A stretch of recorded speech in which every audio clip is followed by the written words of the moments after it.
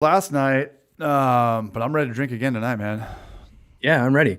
Got three. I guess. Do you have like the original Taste Against or I saved that one can so I can still.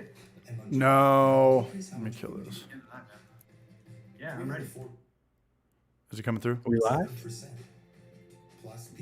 Oh shit, I've got another window open. Sorry about that. No worries. Let me reload this. I'm stoked to try yours. I'm glad it came within like minutes of this starting. I play with fire. Yeah. I play with fire, but I knew it's always happened that way. I know it'll get there in 2 days if I can get it before the 4 p.m. Eastern drop offs, and I get time right because I go back to the past. When you're shipping into to the East Coast, you've got to really get there in the morning, you know, because you don't really know Right. like are they going to get it, but I know that they're going to. Something's going to happen to it if I get it there by 4 o'clock. It'll end up somewhere else before the night ends. Right. Yeah. What's up, y'all? What's going on? CH, Hoppy Hour, Homebrew for Life here with the Brew Show. We just got a video up live, and I was nervous about it. And I was going to try to cram 2 videos together, but I didn't think it would work. I think one of them's kind of a grain to glass video that people would care about. And then there's kind of a macro video which is the one I went live with.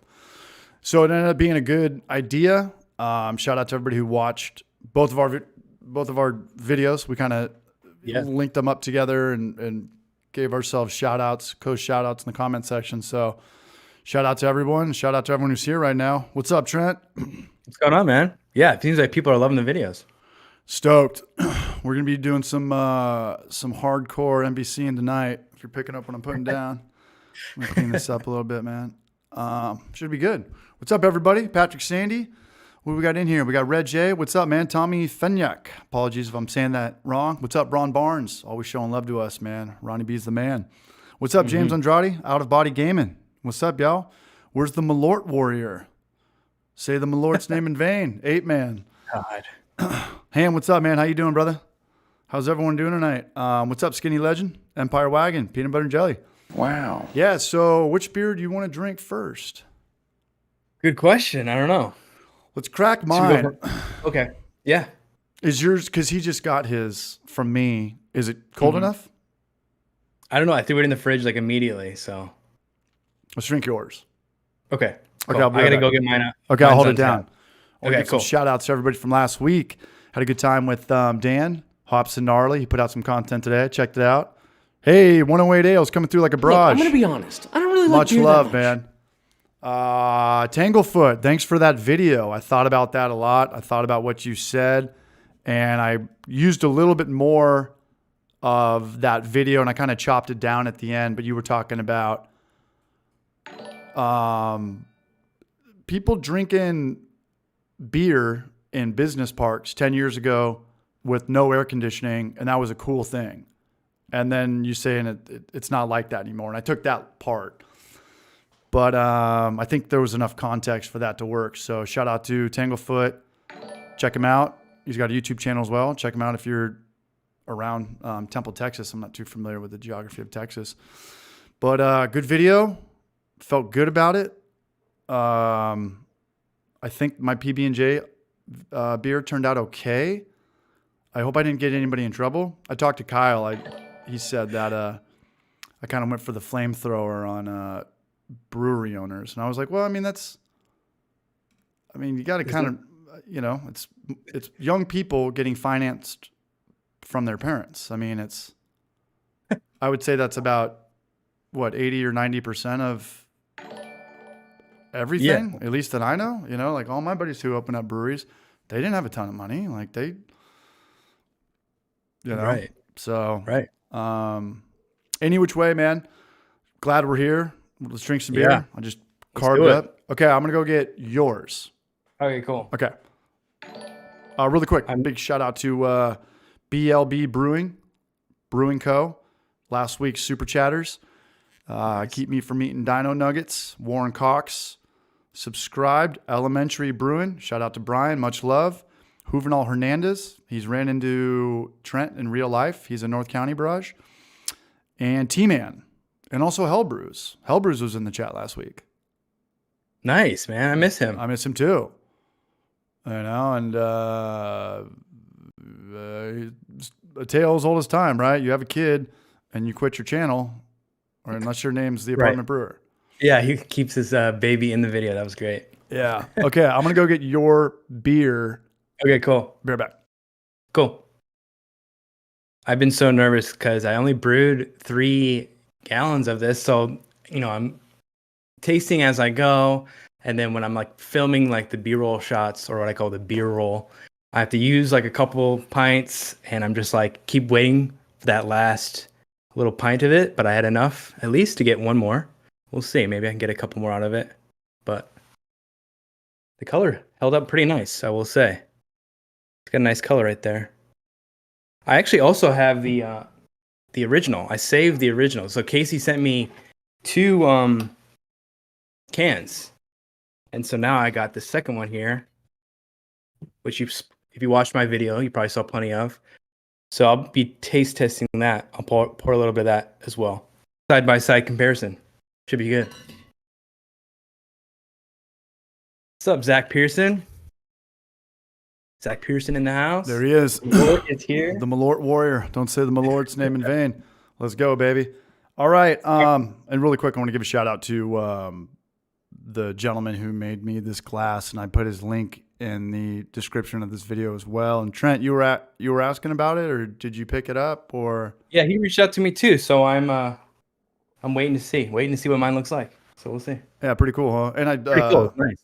well, not only that, but this is my favorite style of glass, the English pub one. Yeah. Can't stand a lot of glasses. I can't deal with the like the can one where it curves in. Oh yeah.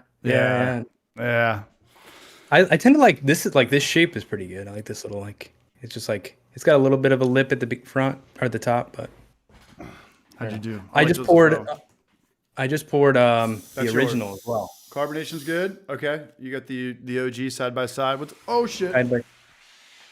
Is that mine? Just exploded. Yeah, I'll be right back. We're good.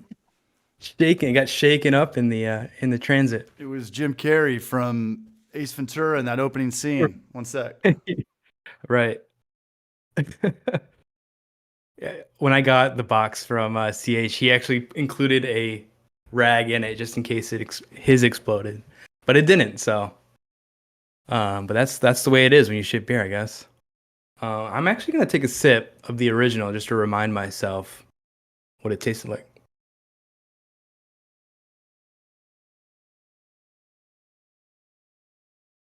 Yeah, they did a really good job of getting the peanut in there. I feel like that is the dominant flavor in theirs is the peanut, roasted peanuts, and then the fruit comes afterwards, where I feel like mine was more fruit forward with like a peanut aftertaste. But I'm excited to see what the man of the hour thinks. Tommy, you asked if I only ship in plastic bottles. Yeah, I usually just ship in plastic bottles. I feel like it's just easier, and I get those Mr. Beer ones. They're like brown Mr. Beer bottles, and I feel like it's pretty easy to ship with, and you're not worried about breaking glass. But I guess overcarbonation might be an issue.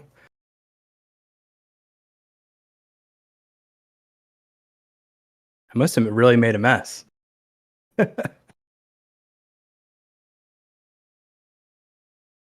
Northwest. I like the style of glass that the brew show has.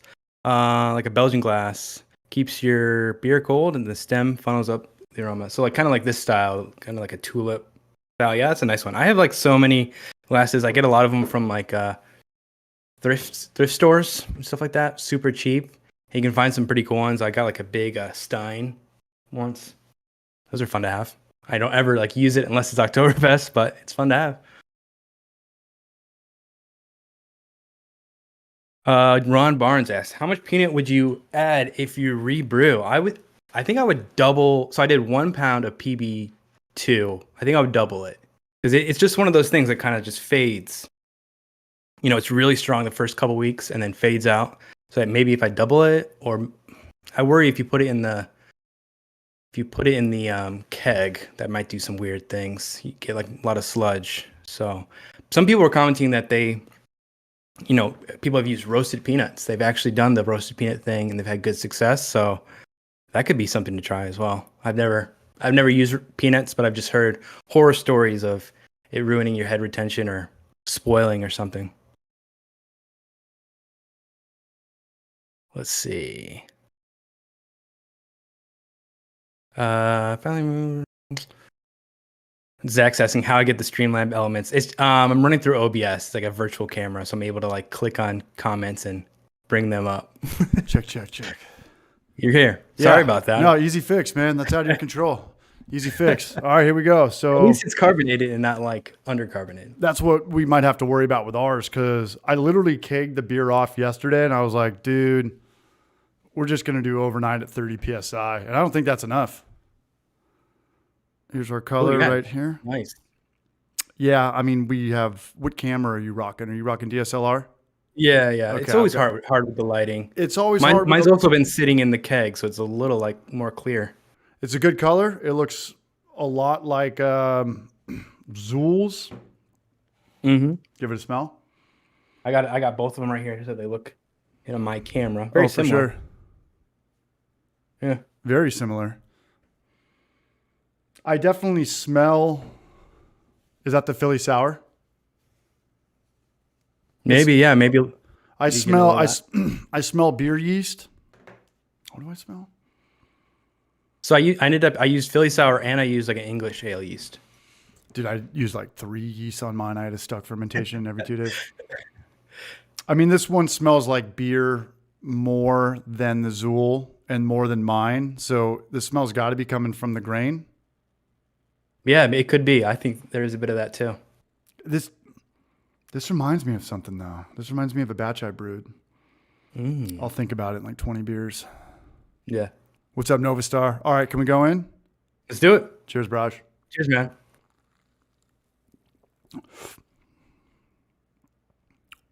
Oh yeah, this is way more sour than mine and then Zool's. Oh, really? Yeah. I didn't sour mine at all. Well, Okay. I mean, that organic infection that got in there might be. Right. Natural infection. No, and see, here's the thing. This is what people are going to do. They're going to do it this way. They're going to do it grain-based. And I was looking at recipes online of people doing the PB&J thing, and they would have like 4 different types of grains. I was like, wait, you're not getting it. It's try to make it not a beer at a brewery. Right. So I think that's the game plan. This is really good though, man. Thinking. Thank you. Yeah, that's what I was thinking too. It was like the flavor is peanut butter and jelly. The beer shouldn't like be too in your face, but not in your face. I think you did a great job talking about the hints that they were leaving on their cans. Mm-hmm. And what up, Noam? What's up, Raj? Wow. And it's such a brilliant move not to call something a hard seltzer. Yeah. Because beer is a hard seltzer. Like, what's the definition of hard seltzer? It's carbonated fruit. It's carbonated alcohol with fruit. Yeah, sure. I mean, fermented sugar water. That could be a beer. That could be a beer. Yeah. So beer has to have the 4 things. Beer has to have water, hops, yeast, grain. Now peanut butter and jelly. And now peanut butter and jelly. But it's just a really good move to call it a gluten-free sour. I mean, you can call anything a sour, right? There's no TTB that's going to show up and say, hey, this is not lower than a certain pH, like it's a great marketing tool. When I was looking through their website, I actually found it under fruited sours. That's how because I was like, where are they labeling it as? So fruited sour, I guess that covers it. And I was going to say, even when I was doing hard seltzers, I was doing it just because it was like the thing to do. And can we do this? But like, I always hated that word. I never liked it. I always looked at it as like girly or skinny margarita. So I'm just going to call them social sparklers. I mean, that's pretty much every drink. So I'm going to call it, a gluten-free social sparkler. Yeah. Yeah. What up, Larry Ryba? What up, Bobby F? What's up, man? What's up, Beer Quaz? Good job on the beer. Thank you. What's the ABV? 5.5? It's like 5%. Yeah. You don't even know with mine, man. Mine was such a disaster. All Well, right. So what's up? I was just saying, I'm tasting them side by side over here, kind of get an idea of like how I fared. And I'll say the Zool one is like Sweet way as more hell. way more peanutty. Like the peanut flavor is way stronger. That's what happened to mine. When I brought it to Yeah. Zool last night to let everyone try it, they were stoked. They were like, "Wow, this," because I was like, I don't know if it's good or not, this and that. I think us homebrewers are way more critical on ourselves, and you kind of bring people down psychologically, right? You're like, I don't know if it's that good, this and that. And they tried, they're like, dude, this is fine. And then if you're like, dude, this is fucking better than Zool's, they're like, no, it's like it works the other way in that regard. Right. But they were saying it just tastes like carbonated grape juice, and the peanuts weren't really coming through. So Yeah, I'm wondering if they're doing like some sort of extract or something over there. I don't know. And you know what? I don't really want to know, to be honest with you. Like I didn't know if I was going to get in trouble. What happened there? I'm here. I'm good. That video was kind of silly. I think it could have got me in trouble. I've got a few friends in San Diego with breweries.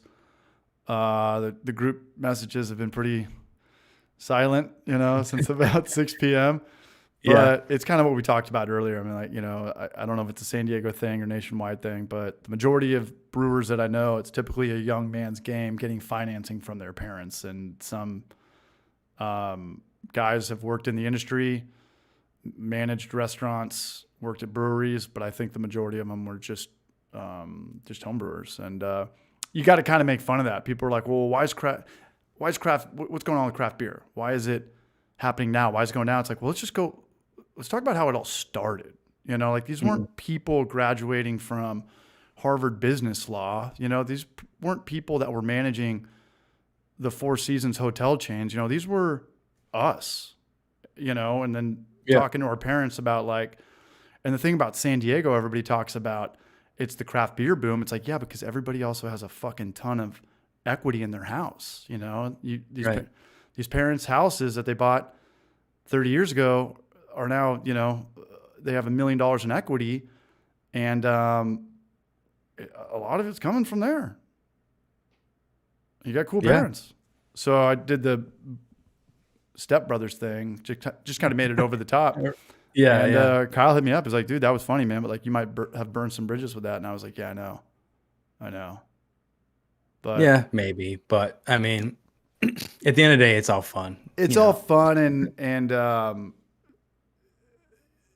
like take a joke. If that happened to me and someone called me out for it, I'd be like, yeah, that's how it happened. You either get like an inheritance, you win the lotto. Like, how do you come up with $250,000?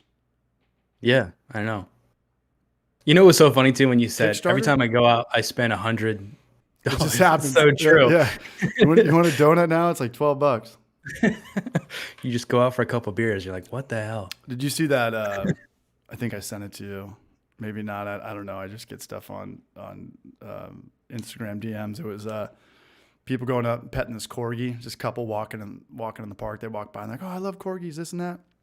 Next thing you know, the corgi's barking at him. And they look back at him. And he's got a little tablet where it says 20, 25, and 25% to leave a tip to. Yeah. It's like the tipping culture got out of control, man. Like when did it go from 20 to 25 to 30 on everything?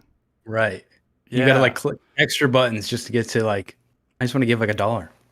Like at retail stores, you buy a t-shirt now. It's like, this guy didn't do anything. Nothing at all. Absolutely nothing. Yeah. So it's just getting silly, man. And once everything goes up, it can't go, minimum wage doesn't go back down again. It's just, what's the game plan? Just spaghetti every night and dino nuggets? Right. Go out when you're just celebrating something. Don't just go out aimlessly. Especially if you're, trying to date and stuff like that. If you're dating, like, gosh, what's a date now? $200? Right. Unless probably. Yeah. If you're drinking, yeah. What up, Blackwood Brews? If you don't tip $1,000 to the guy that hands you an empty cup, you don't deserve to go out. Yeah. And it sucks because I pour drinks on the weekends and I get it. And it feels good to get a good tip, but Do you do anything special to get a good tip, or are you just you don't like have to friendly? anymore. You don't Yeah, have to no? anymore. You don't have to earn your 20%. Back in the day, you had to earn that, or it was like, I think the bar was 10%. If they were okay, we'll give them 15. But if they were really good, hey, what's up? My name's Trent. I'll be your server tonight. It's been an absolute pleasure. It's like, okay, they earn that 20%. Now Yeah. it's just by default, and it's wild because America's got the best tipping culture or the worst tipping culture, depending on how you want to spin it. It depends what side you're on. Mm. And, teachers and nurses in California make almost double to what nurses make out here in Eastern Tennessee. So it's just this weird thing where, servers that are making $60,000, $70,000, $80,000 a year are making way more than teachers and nurses. And it's just wild. That's crazy. Our country, man, we just have a crazy tipping culture. And sometimes guys get loaded and they'll just leave you $100. And you just like, you do your math at the end of the night. You're like, I just made $50 an hour tonight for, a 6-hour shift. Imagine you're like leaving the dentist and he like pulls out a little iPad. We're going to get there, man. We're going to get there. Or go to like Planned Parenthood. You're just like, whoa, man, I got to tip the person that just like gave me my herpes pills. Right. Yeah, get wild. Hey, I got a super chat here from Tommy Fenyak. Tommy, what's up, Raj? Much love. Says, cheers to 2 YouTubers who took me down the rabbit hole to brew my first beers. Right on, man. Thanks for all the content and the tips. Hey, cheers to Tommy. And I got Gnome coming into town next week. We're going to go out to Asheville. Nice. I got Gnome and I got Nick from Pittsburgh coming out. What's up, Chris Radiation? And what are you guys doing?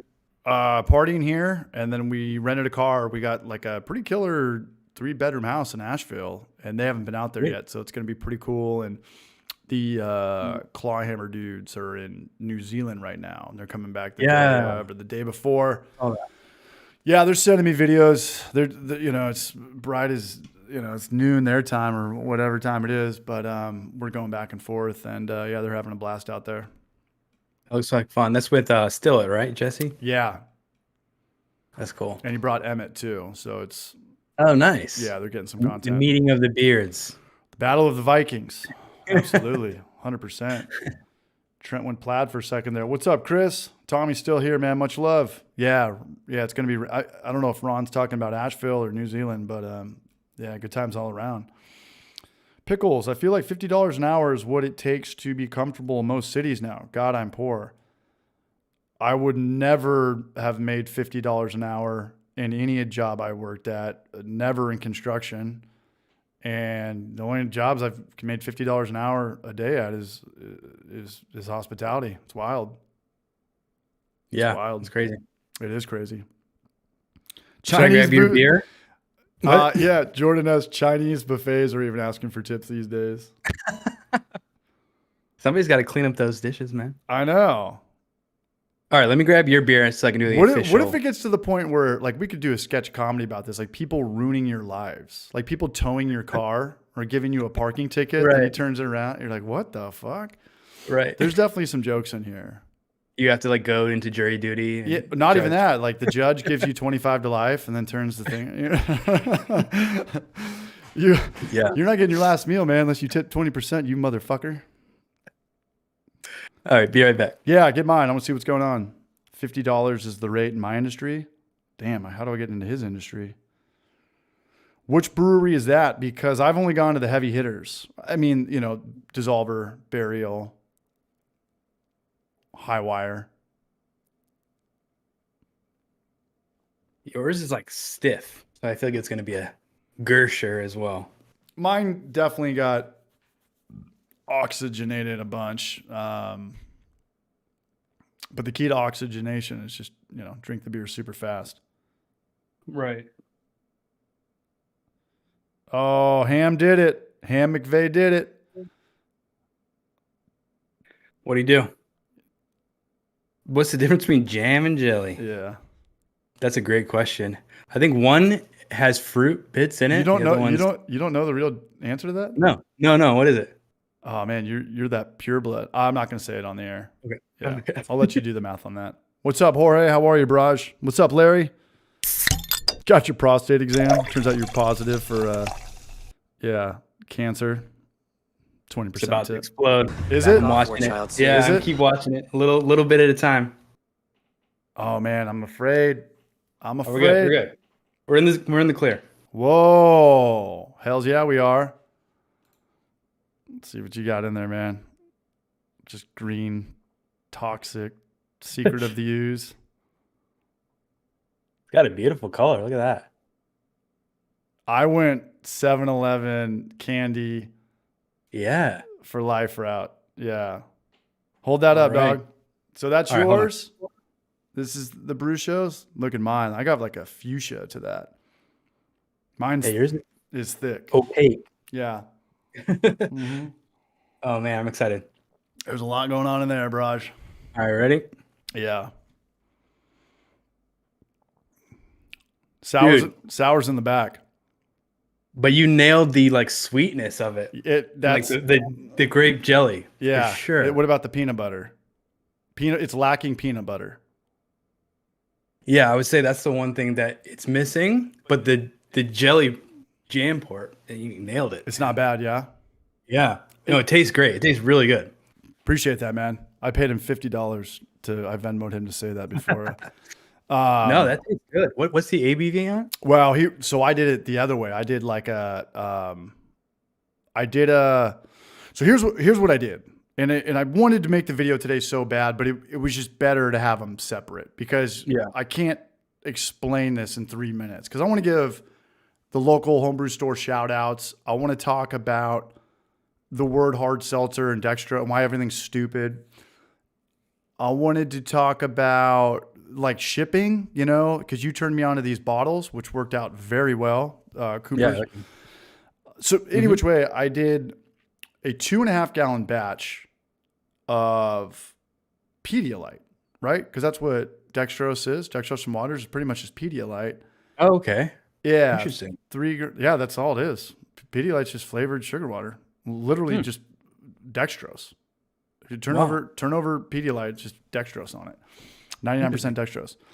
So I did a 2.5 gallon batch of that, and I got I think my OG was 1072, and that was just weird. I thought it was low.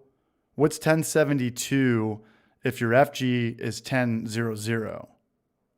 Probably like 9. I can do the math on it right now. Because with beer, it always goes to like 1010 or 1012 for me. You said what was the final gravity? 1000, 1000. Okay. Yeah. Times 131.2. 9%. That's like 9.45. So that's what I got, and it was weird to me at first because I didn't know it was going to end at 1010. I didn't know it was going to end like a mead. I thought it was going to like grain ends at. I didn't know it was going to end at 1000. Right. Yeah. So I was like, oh, kind of fucking pissed off, and I took the peanut butter, and right then and there, I should have added, what's the stuff we use to stabilize yeast? Camden tablets and then something else. Potassium sorbate. Potassium sorbate and then potassium. One of them stabilizes it, and then one of them's supposed to kill it all off. And I should have done it right then and there, but but the grape concentrate I had was like not that sweet compared to like grape concentrate. It was right. Yeah. So I just. And it was kind of a weird thing. I was at the homebrew store and I was like, do you guys have any things that are here that are grape? And they're like, we got this one thing. And I was it was like $30 or $40. And I was like, fuck, let me just buy this thing. I don't know if these guys are going to be around. Yeah. Any which way. So stuck mash after stuck mash, finally got it to where I wanted it. And then, so I've got 2.5 gallons now of what? 9.4%,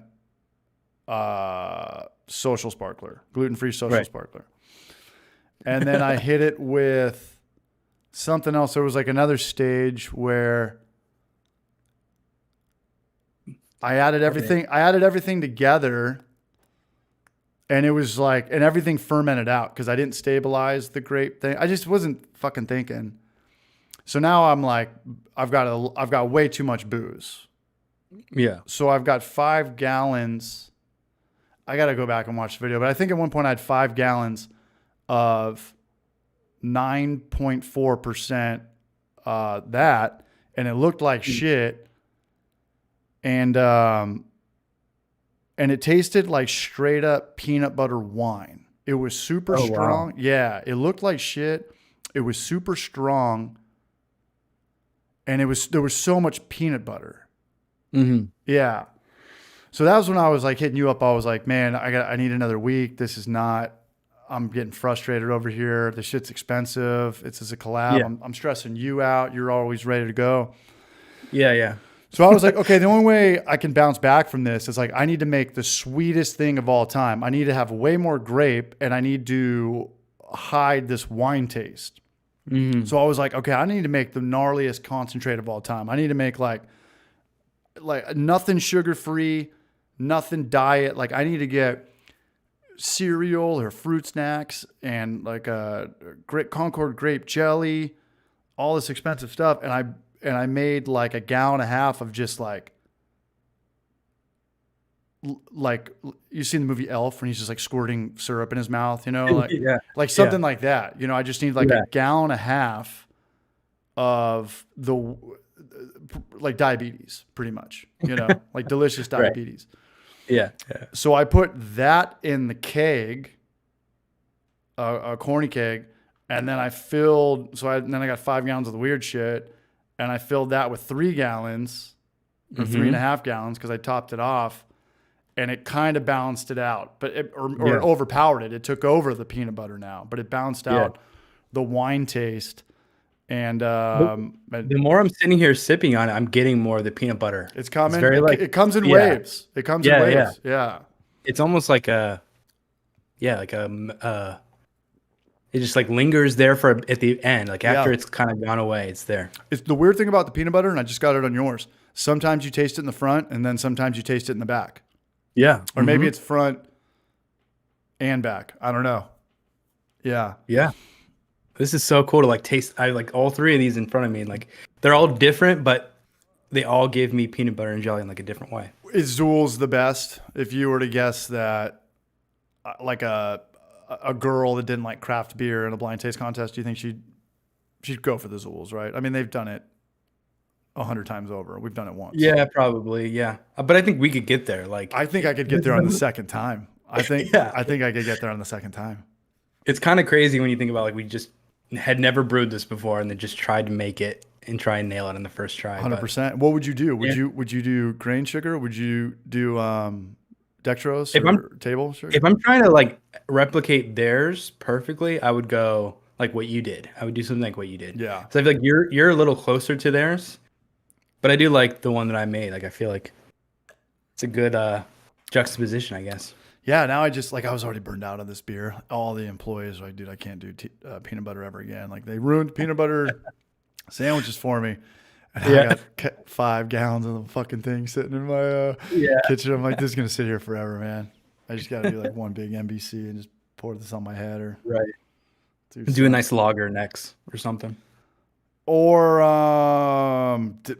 give it to a distiller. He could get some booze out of this PB&J beer. Actually, Jesse hit me up, or hit me up through Clawhammer.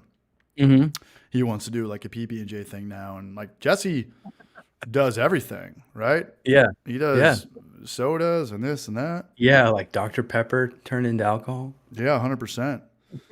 Got a comment. Well, he had that thing. Have you seen that thing where it's like an air still? You just like it's like a tabletop still. Yeah, and you just pour like something into it. It turns it into alcohol. Yeah. So, happen to know what the variants are, CH, the other mixtapes? Yeah, so they're going to do strawberry, and they're going to do raspberry and something else, man. But it's wild. Zool is wild. We had a meeting on Monday not to like talk about stuff. We're not supposed to. I mean, you shouldn't talk about your brand, your business. I think we all do sign some letters of confidentiality, but like just for the next PB&J. I'm just laughing because you're like here talking about it right Yeah, now. and I really like Zool, and it'd be a big bummer if I fucked up and said something stupid that I got in trouble there. Because as far as breweries go that I've worked at, Zool is by far the best. Like a well oiled machine. Like too That's good to hear. much slack. Too much like, did I really need to hear this? We were talking about Slack a little bit last time, but great ownership. They know how to keep their distance. I know buddies breweries in San Diego where the owners were all out getting fucked up, doing drugs, mushrooms, saying off the wall shit all the time. Like these guys run this thing like a brewery should, like a real brewery should. And the next PB&J release, we're doing it March 30th. It's going to be wild. We're having like a DJ, like 3 food trucks. Wow, nice. It's wild, man. Yeah. What's going to be the next thing they do though? The variants. They're going to do a 4-pack. That's what Noma's got. So it's strawberry. Oh, beyond the PB&J, like what are they going to do next? They're going to do Fluffernutter, like the one I sent you? Dude, every sour that we do sells out within a week. We're talking 500 cases. Let me look at their Instagram really quick. That's crazy. It is crazy. I sent CH a photo of a Fluffernutter beer that I found. Sounds super interesting. Well, not only that, but how many San Diego breweries are now doing the PB&J thing? I mean, everyone should try it, Yeah, I found the other one I sent you a picture of. I found another one nearby. Send me another one. 100%. So it's definitely a trend for sure. And I mean, it's not like a kettle sour. It's not like a barrel aged thing. I mean, it's a little bit more expensive than the average beer. I mean, that all depends on, how big your system is or, how big your scale is. But Yeah. what'd you end up spending on yours?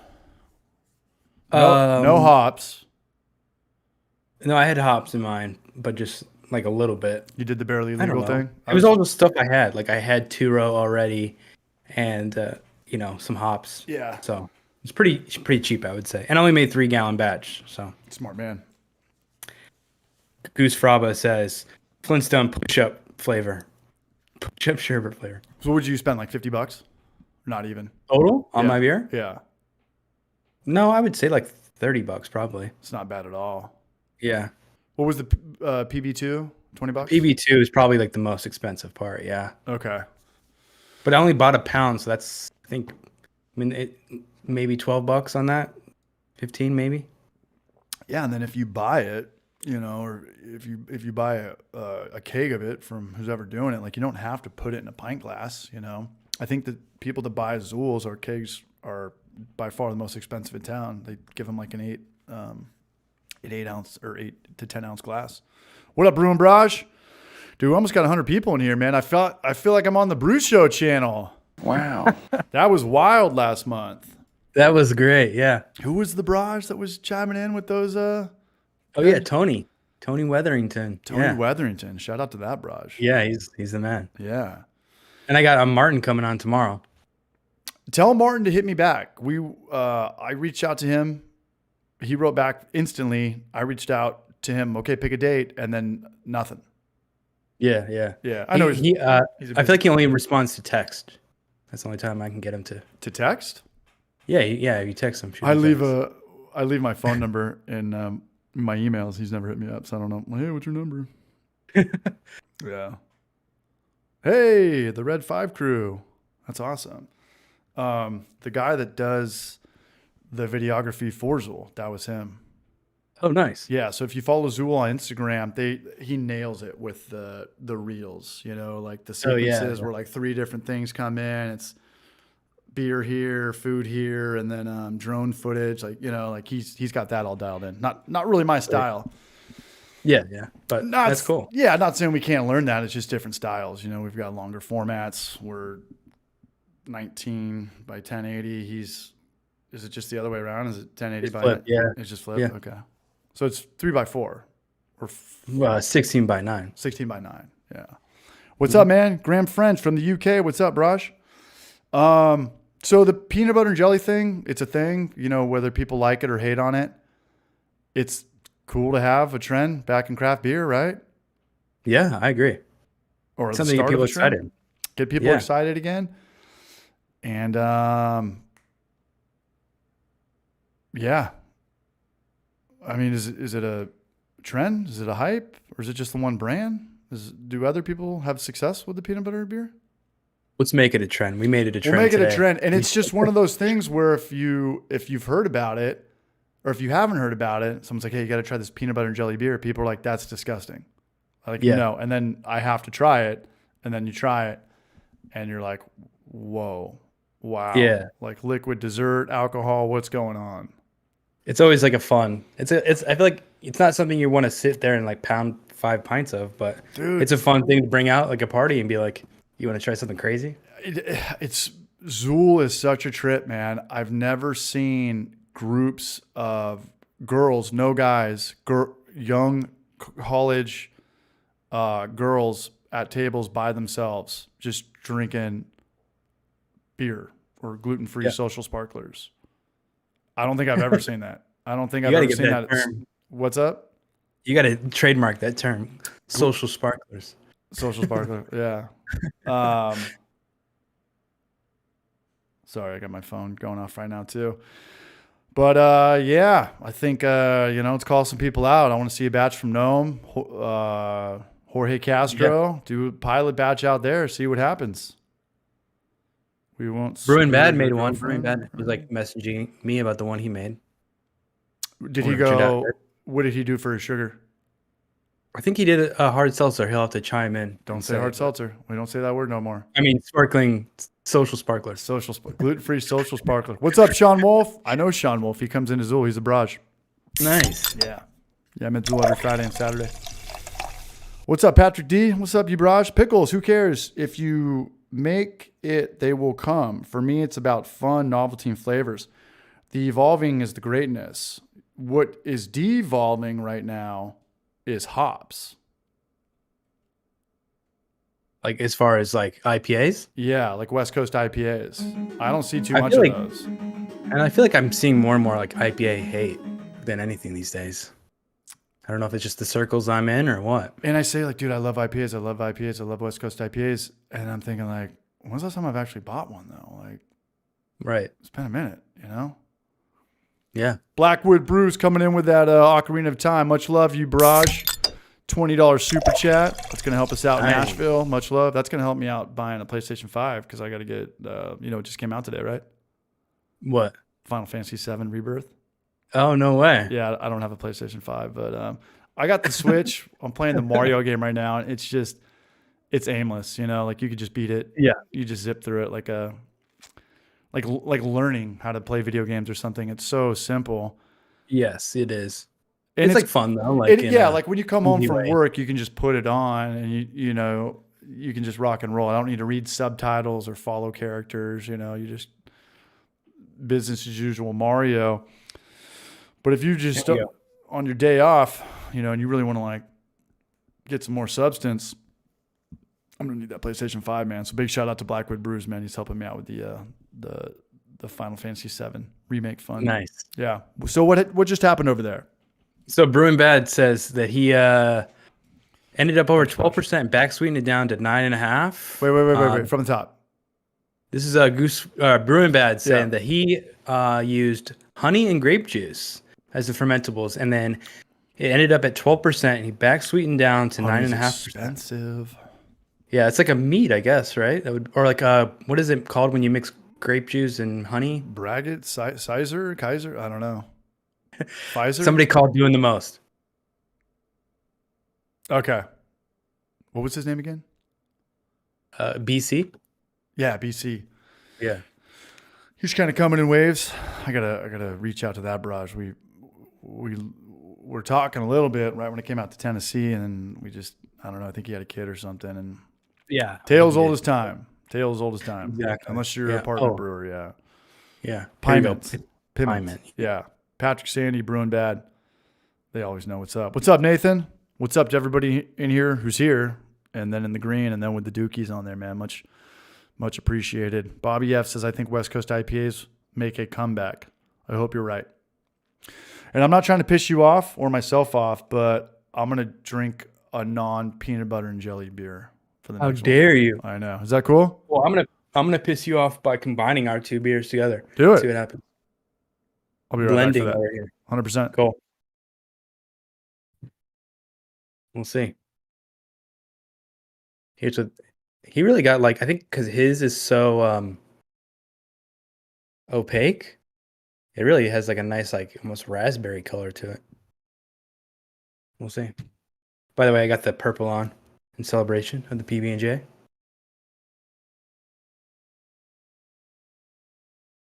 That's nice. Kind of brings it together. I feel like mine, I didn't realize that mine tastes sweet to me, but tasting his is super sweet. So I feel like the more dryness of mine and the sweetness of his kind of meets in the middle and adds a little peanut flavor in there. So it's a nice combo. Somebody was telling me in one of the comments that they had they went to a brewery that had like a peanut butter stout and then I think it was like a strawberry blonde on tap, and they would often pour both and then mix them together and make like a peanut butter and jelly thing. That sounds insane. I would love to try that. Drinking the Orloy right now. Big shout out to Elementary Brewing. I know he loves the dark lager. As with that right there. Ooh, from the Zool. So I'm going to mix it up a little bit. Still going to be a little sweet. Yeah. Not as crispy as a light lager. We're going to have some malt in here, but good drinking. Good happy hour beers. So what do you got? What's on deck? What's your video? I mean, obviously I got to make the peanut butter and jelly video, but what are you doing?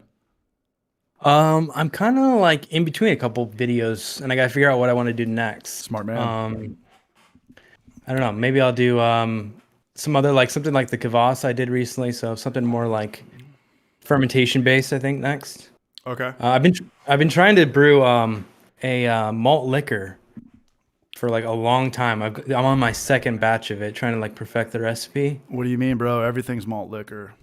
Like, like Colt 45 and Cobra and yeah, I know. The grocery store shit. people just don't know that, but I hear you. It's like surprisingly hard. I'm having difficulty with it, but I think I almost got it. Is the name of the game just to use the cheapest sugar as humanly possible? Yeah, I'm using that. I'm using corn. I think the issue is that I just don't like it, so it's a struggle to like make something you don't like, Okay.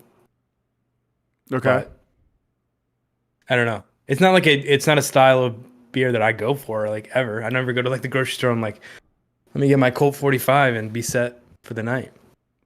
I mean, but it's like a challenge. I'm challenging myself. Try something different. It's funny because you hear about all these breweries going out of business and everybody just getting too overextended and stuff. Like the beers that we're talking shit about are the cheap beers, the grocery store Colt 45s and stuff. Like these are going to outlive cockroaches, man. Like these have been around forever, like they will be around till the end of time. Like every brewery will come and go.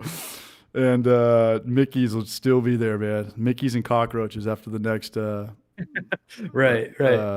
Armageddon hits us. Okay, let me pull this up. I want to put this on see if we can pull some people in here from Instagram. Happy Hour Tanglefoot. I don't know if nice. I don't know if Tanglefoot's still here, but thanks for letting me rip off his stuff. I was like, do I have to give him a shout out? Like a Watch Mojo thing? Like, nah, I can just say it, right? Like that'll work. Yeah. But I was thinking of you the other day because I was watching the top 10 Mega Man games on Watch Mojo. Oh, yeah. And they don't even play the game. They just steal other people's content and put their YouTube username out. And I was thinking of you. Was that you or was that Barbecue Larry? No, that was me. Yeah. I was in like a video of like the worst, unhealthiest drinks or something like that. So how did you know? Somebody, actually it was Tony Weatherington, I think. Oh, really? I was watching it and I was like, I saw your name pop up. And I was like, no way. That's wild. Yeah. So I'm a proud Watch Mojo member now. Yeah, I mean, I can't talk. I rip everybody's shit off. Talk about genius like strategy, like just make videos stealing everybody else's. I was thinking about that. I was thinking about that, and because I always thought that John Boy Media has a really good channel, and because you're just doing commentary, You know, like the Beavis and Butthead theme or the Mystery Science Theater 3000.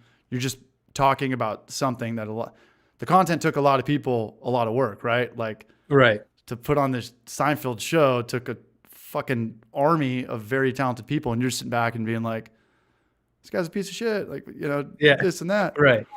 But I was thinking about Watch Mojos, and I was like, I think this is the best YouTube channel of all time as far as being successful. Like, I don't care if you like the content or not, but you're stealing everyone else's content and you're doing the top 10 thing because everyone will stick around and see what number 1 is. Right. So it's such a brilliant idea.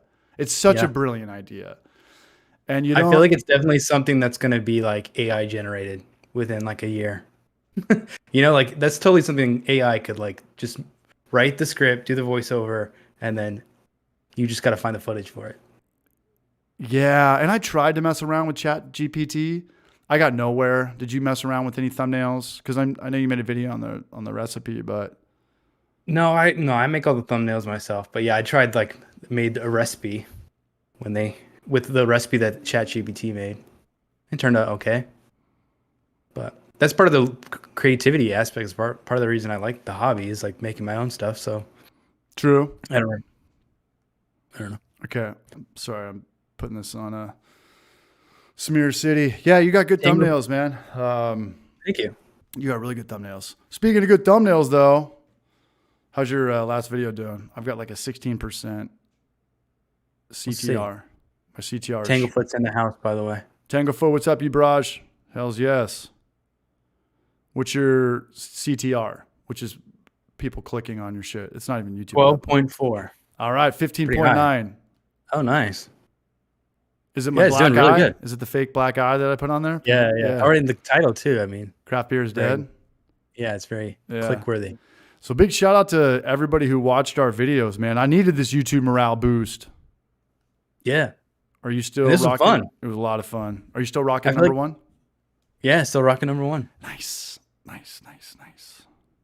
I love doing the collabs. Like a lot of times they don't always pan out as far as views, but I always have fun doing it. And so far this one's doing great. So thanks for asking me to do it. 100%. And I knew we talked about this at Battle Mage a couple months ago. And I think that like there was no question, right? This seemed like a really good idea. We didn't have to bounce anything else back. Like peanut butter jelly beer. Had you heard about it before? Not until you started talking about it. I had never heard of it. So all the beers you've been seeing now have been since January. Yeah. Got to get on it, man. You got to get your beer out there in circulation before it happens. But this will probably be the last collab I ever do. You know, and I'm trying to change up the channel this year. This video was a lot. This video, stuck fermentations and dealing with that stuff, and just ultimately, trying to put out content that takes a month. Is a lot. Shipping beers and shipping beers. Things. Yeah, I get it. Yeah, 100%. But I'm glad it was with you. Mm-hmm. If I do a claw hammer thing, like I'll always do the thing in person, but the whole idea of like, hey, let's make beers and then ship them to each other kind of scares me. Just what happened right there. Obviously I know you didn't over pressurize that in your, when it's outside of your hands now. This guy's throwing beer over the fence. He sees a dog, a gauge, just fucking throw it over the fence or whatever. But no, I was glad it was with you, and I'm sure we'll collab again. But I think it would be in person. Yeah, trying to get you out here. Yeah, I would love that. Come out here when we do the Zool Beer Fest. I think it's in October. Ooh, it's $100 ticket. I'll give you my +1. Yeah. That's right around GABF is as well. / whatever they're doing for HomebrewCon now, which isn't really a HomebrewCon. But do they know where it's going to be this year? It's in Denver. Okay. I think we talked about this last time. It's not like an actual HomebrewCon. It's just like a homebrew experience is what they're calling it. How's it going to be different from what you went to? I think there's just like no seminars and there's no like club night where everybody drinks like homebrewed beer, and there's no like, it's just like, I'm not even sure what it's going to be, but the one thing they noted on the website was like no outside beer. So I feel like that's kind of the point of HomebrewCon, bringing stuff and was that a problem? I don't know. I think they just don't want to put the money into it or something. Huh. Not sure. So I've never been to one. You've been to one. What's the pros and the cons? Obviously, the price is kind of ridiculous, right? Yeah, that's the big con. It's just the price because They con you? depending on where it is, you gotta pay for the travel, the staying somewhere, and then the ticket itself. $400 On top of like your AHA, American Homebrewer Association membership. Yeah. But the pros were like getting to hang out. I hung out with like Apartment Steve and Portly Gentleman and like meeting people that have watched the channels. And then they have like seminars if you want to learn about certain brewing topics. But the coolest part was club night, which is like where they get all these clubs from around the country and they have like their own tent and they just are pouring beer the whole time and you just go around and try all kinds of stuff and hang out with people. Yeah, and we could be douchebags and say we have YouTube channels, right? And they'll let us in for free. Okay. And they're weird. They're weird about that, right? They have requirements like you need to have like 1,000 followers. You need to put us on. Yeah. This. Yeah. It's kind of silly shit. Yeah. But I had a good time. I had a lot of fun. It was funny, man. That was in my hometown, and I was gone by then. Get over here! Silly business. Yeah, I know. But if it came down to HomebrewCon or the ZoolCon, and I was good on money. Well, here's the thing. It's not ZoolCon. It's called Kill the Lights. I think everybody has to work that day. You're just working that day. It doesn't matter if it's your grandmother's funeral. You're working. Wow. Right. We got Stephen Plass in here. Stephen Plass is the barrage, always showing love. Showing love, we still got 87 people in here. We've been holding pretty much over 80 this whole time. And we've already been here for an hour. I feel like we just got on. Back off, war child, seriously. CH, what should we be expecting for your future videos? Next video will be the video I wanted to do today, what Trent's drinking. Mm-hmm. I've got a good buddy that I work with. He's got the eye for it. I want to bring him on and get a camera in his hands more. And nice. I'm going to do some more bartending stuff. I just have to. That video is hitting harder than anything on my channel right now. And just trying to get maybe some more girls into my underground fake YouTube world. Beer battered fish tacos. There's some older videos that bomb that I would like to turn them into shorts. So I want to get a lot more shorts on the channel. Just like a little bit of stuff outside of beer. Like just, hey, how to make cold brew. It's the easiest thing in the world. Anybody can do it. Coffee's so expensive. It's so ridiculous. And once you have cold brew, you could make dessert. You could make a beer, you can put it in your beer. You can make an espresso martini. There's a lot of things you can do just besides drink coffee. And I think it's delicious too, because it's not bitter, and yeah. Do you still have that nitro set up from Northern Brewer? No, I sold that. I sold that to like a doctor or a dentist. The guy that picked it up. Yeah, it wasn't a home brewer.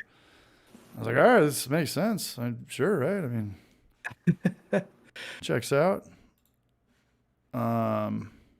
That's cool. The shorts are good opportunity to reach new people too.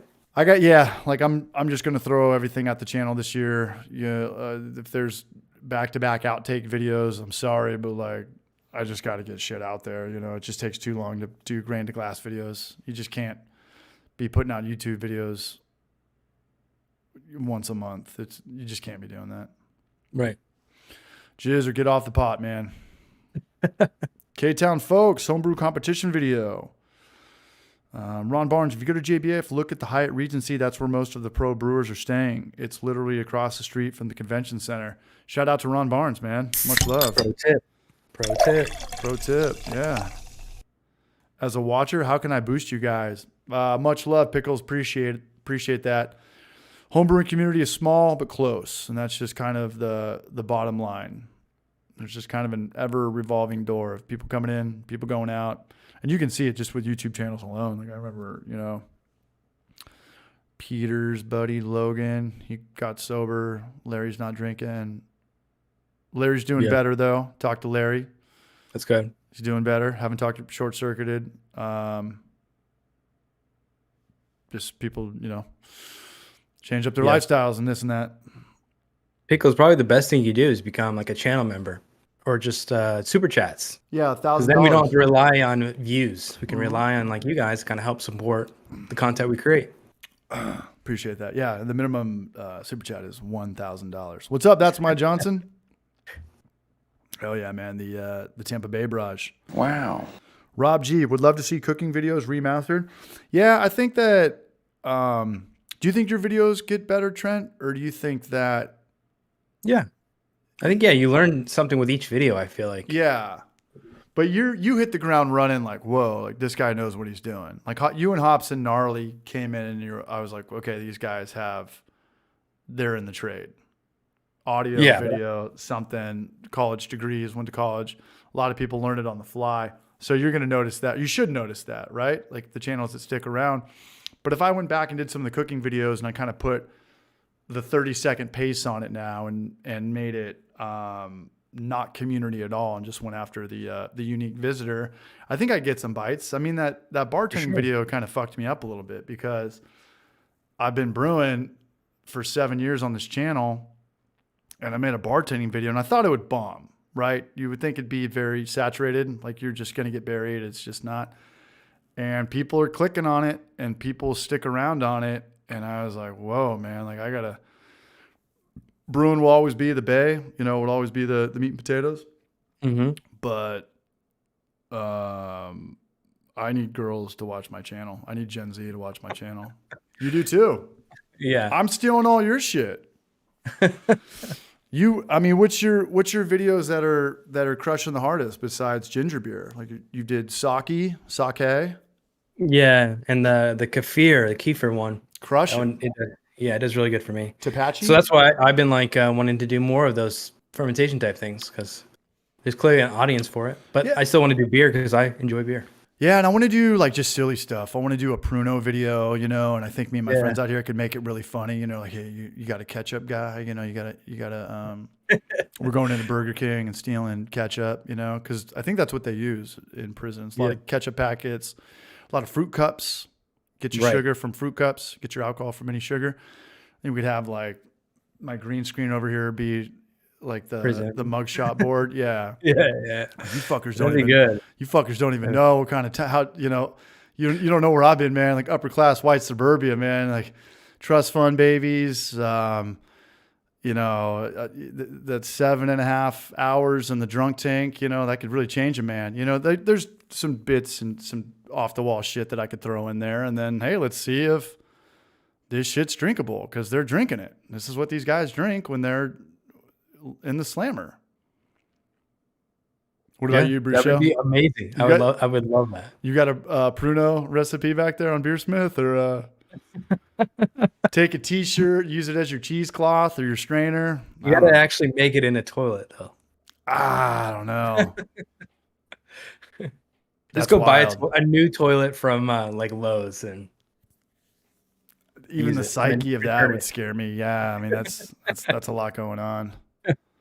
Richard Brooks, what's up, fellas? Brand new homebrewer here. Only 2 batches in, but I've learned a ton from your channels. Appreciate you and all your hard work. Appreciate you appreciating us, Rich Brooks. Cheers, you Braj. Fruit Cup Booze. Connor, what's up, man? Wow. An NBC montage. Yeah, I know. I was thinking about that the other day. I was watching Gladiator. Are you not entertained? I was like looking at remixes of that. And I was like, I could do some dumb shit. Cat food IPA. Yeah. Back off, 4-child, seriously. Probably not going to hit that one. Probably not going to hit that one. You eat that white cat shit. Yeah, I was watching a lot of Step Brothers for the last video's inspiration. So it's a good movie. Dude, that movie's like 15 years old now. That's crazy. It's crazy. So wild. I still feel like 2015 was like yesterday. You know what's wild is Fight Club was in the 90s. That was 1999. That's insane. That's insane to think about. What was that? 25. Yeah. Don't think too hard about it. I don't want to. I'm going to be 40 this year. That came out 26 years ago. Jeez. Yeah, and they were like 35 in that. So they're like, Brad Pitt's got to be like 60 now.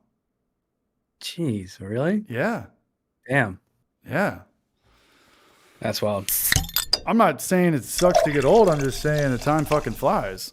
Yeah. I think the older you get, the faster time goes by too. Mhm.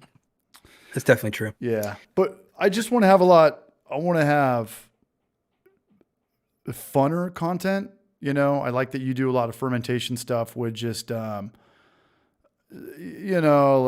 gallon glass fermenters with airlocks, and you can buy all the stuff on Amazon. Do fermentation where people don't have to spend $1,000 on an anvil or a claw hammer system. And Yeah. I looked at Treehouse's last video. He's how to drink water or How to breathe air. yeah, like doing videos on like Pacifico can versus Pacifico bottle. And I was like, fuck, man, that scares me. Like, that's going to be me next, like or the craft beer channel. It's like, what glasses to drink beer out of? It's like, dude, if I'm ever making that video, like like the ideas have all been exhausted. And I've been there, I've made videos about how to clean beer lines. At the end of the video, I'm like, just don't even use caustic. Just don't even watch this video. Just throw it all away and put new shit on there. You're just out of ideas. You're like, what can I do? I'll make a DIY chalkboard on my keg grater now. It's like, how are you going to make this a 7-minute video, Right. Yeah. So Yeah. I also worry, like, as much as I love my claw hammer, I just worry that, like, when people are new to the hobby and they see that, they're out. they're like, they're done. They're So out. it's like Yeah. finding, and it's also a fun challenge, like, go back to the old ways and find, like, how can I do this for cheaper with like limited stuff? Or That'd be a good I don't know. video. That'd be a good video. Just go around your house. Like, what do you have? Well, I've got, take your mama's lobster boil kettle thing, and your dad's got a burner out here or something. It's like, maybe I could pull this off. Maybe I don't have to buy anything. Yeah. I mean, you're gonna have to buy something, but maybe I could save a lot of money. Yeah. And Especially, like, it feels like the hobby is struggling. It's like, if we want to bring new people in, we got to find a way to make it easy. Yeah, and I think that my answer to all this is I think people are just generally drinking less, right? Because homebrewing and going out, I mean, you would think that if breweries are struggling, you would think that it's because more people are making their own beer, I would think. Mm-hmm. But we're not popular right now. So maybe people are just not drinking the way they used to. Yeah, that could know. be. Yeah, I mean, it seems like younger generations are more health conscious, and maybe people are just like, good, I guess. No, I'm just kidding. No, yeah. just kidding. I don't know. Fucking nerds. I don't know what it is. I feel like, sit at home all night playing Halo on fucking Friday night. yeah, I'm not sure. Treehouse water review. I feel like he did do that, like Dasani versus. I just don't get it. And I understand that those videos are very easy to put out, but I had to unsubscribe from the channel. I mean, like, dude, you have Treehouse. You've got the best beer. You've got golf courses. You've got food. You could do a million different videos, and you're doing the beer review guy shit. And I understand the production's good. I understand that it's probably the easiest way to put out content. That's probably the easiest thing to put out, right? Is just a beer review. Just drink something and talk about it. Yeah, but it's like, how do you make that exciting? I'm not sure. How do you do it every day? Yeah. I don't know. And I was like, dude, Nate, like, I could send you 100 fucking ideas, man. Like, do a drinking and driving thing. Like, get drunk off Treehouse beer and see who could drive the your par five the long. No, not like driving, like golf driving, drinking and driving. Oh, okay. It's like, That'd be a good title right there, drinking and driving. But you've never heard that? No. Oh, there's a lot of breweries that put on a drinking and driving thing. Oh, no. Okay. Yeah. Wow. I was like, dude, you have a golf course in your backyard. Showcase this thing. I don't give a fuck about you talking about Tecate. I don't give a shit if you're talking about water or I know what it tastes like, dude. Like, it's fucking beer that's been around forever. Anything. It's also tough because it's like opinionated. Like, some people might like Corona from a can versus a bottle. I made the beer review guy video and I said something like, you could say whatever you want. Like, it doesn't matter. All you have to pretend to do is pretend that people care. Like, that's the bottom line. Just really try to imagine that people are giving a shit. So, I mean, it's A+ for as far as consistency, as far as putting out content. But It's just not for me. And, you know, every channel's subjective. You know, not every Yeah. channel's for everybody. And you could say the same thing about your channel or my channel, but like, Definitely. fucking A, man. People talking about water all day. I don't get it. I don't know what's going on. It's like Good Mythical More. I feel like they do that. They're like, drink every flavor of water. Those guys, well, I think they're funny. I think they've got the dad humor, the dad jokes. But shout out to those guys, man. I'm a big fan of those dudes. I mean, they just sit there and they're like, hey, what's, you know, the top fast food breakfast taco? And they just sit there and like nibble on shit. And they're just cashing checks all day, man. Yeah. Stephen Plass gifted 20 memberships to the Hoppy Hour. Nice. Here we go. Look at this guy, Stephen Plass. I'm sorry, always coming through like a barrage, man. That's going to be the NBC of what I've got left, man. Yeah. I don't think it's ever been 20 before. What's up, Jerry? That's huge. Yeah. And my dad just got sniped. What's up, Pops? Yeah. Love you, very Dad. last one. Yeah. My dad's coming out here in April. I'm so stoked. He's coming out here for a week. Did he come out yet? He's been out here, yeah. Okay. I've been to San Diego 6 times since I moved out here. What up, Pony Pasture? Virginia in the house. How many years has it been that you've been out there? I'll be out here for 2 years next month. Nice. I know. That's the same for me. But here. Wild. You moved to San Diego a month after I moved to Knoxville? Yeah. Wild. I know. And you guys both worked from home, so it could have been at any time? Because of like COVID, we both switched to work from home. So yeah.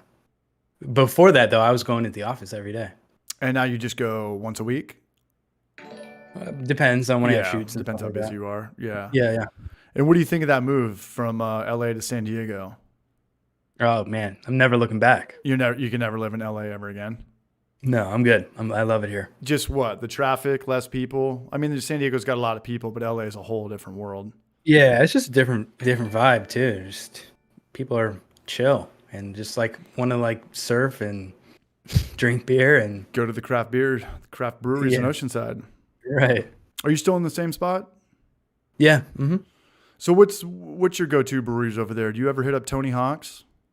Yeah, I go there a decent amount actually because I go to like their trivia night over at Black Plague. Black Plague. How are they doing? Yeah. They seem to be doing good. Yeah. Yeah. I like them and they have good beers. I just wish they changed it up a little more. Tony Hops. Tony Hops. Like, it's a lot of IPAs. Come on, man. They do have a decent amount of lagers now though, which is good. Who's killing it the hardest right now? It's got to be Bergen, right? Yeah, they just opened a new Vista location, tap room. Dude, I've always said if you're just even half a badass in San Diego, you will kill it in any other city. And I mean that. You can go to LA, go to New York, and you will just fucking slay ball it. But to be like forging ahead in San Diego, you've got some leadership, you've got some experience, you've got some people that are not just me and you getting, you know, inheritance money from our parents, you know, like these guys know what they're doing. Yeah. And this is number 4, their 4th tasting room. I think so. It's got to be up there. And they've got if they were to get a beer in circulation, it would have to be Trivana, right? Yeah. West Coast IPA. Yeah. Mm-hmm. No, I was hanging out with the brewer in San Diego last time I was in town. He's kind of a wild man. Super cool dude. His name's Ben. He was the dude that me, him, and Donnie went up to somewhere off Mission.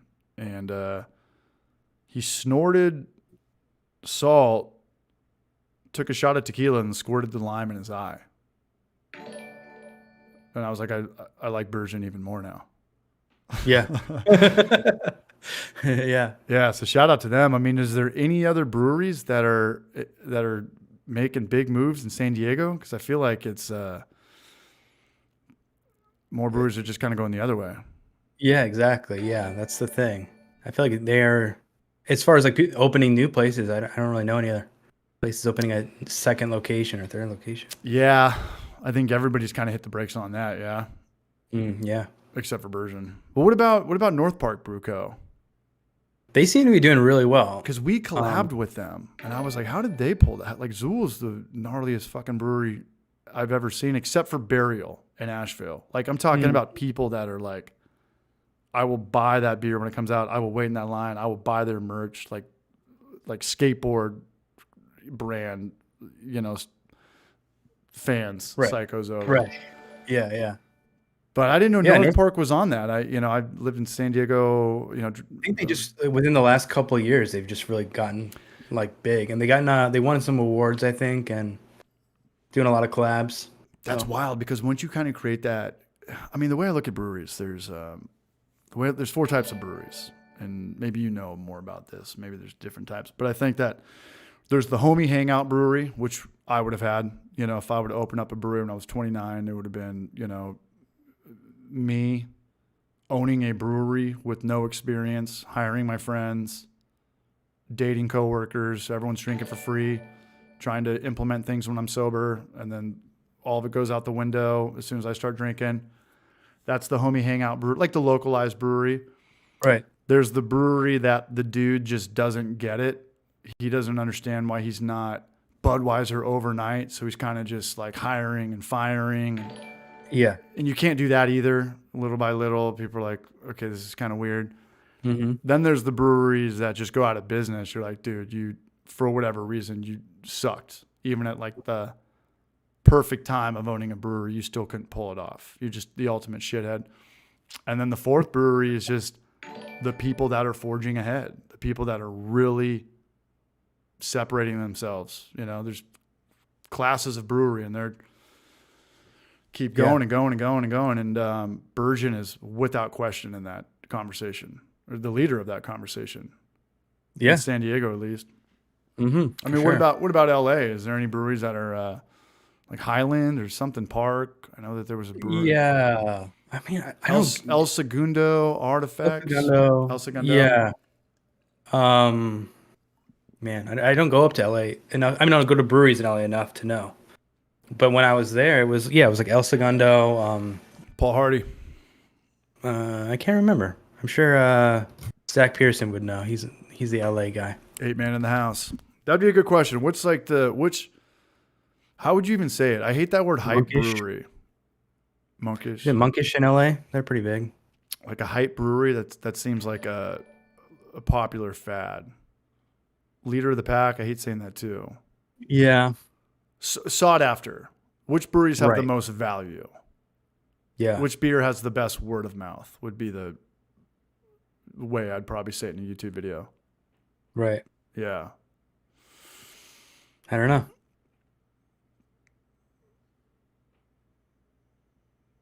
Hop Foo. Yeah. Stephen Plass knows North Park. Hop Foo. They're pretty good. They got going. Hey, next time I'm in San Diego, let's go down to North Park. Let's see what's going on.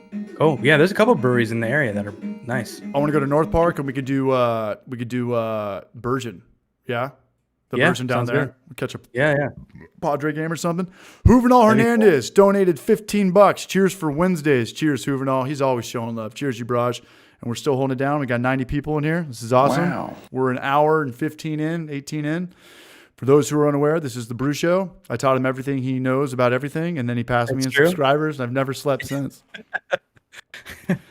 Yeah, when I was filming that and I sent that to you, I was like, dude, I'm not in a good spot right now. I know I'm not going to finish this video. Like, I just got to hit the brakes and just do to be continued right now. This is like, Yeah.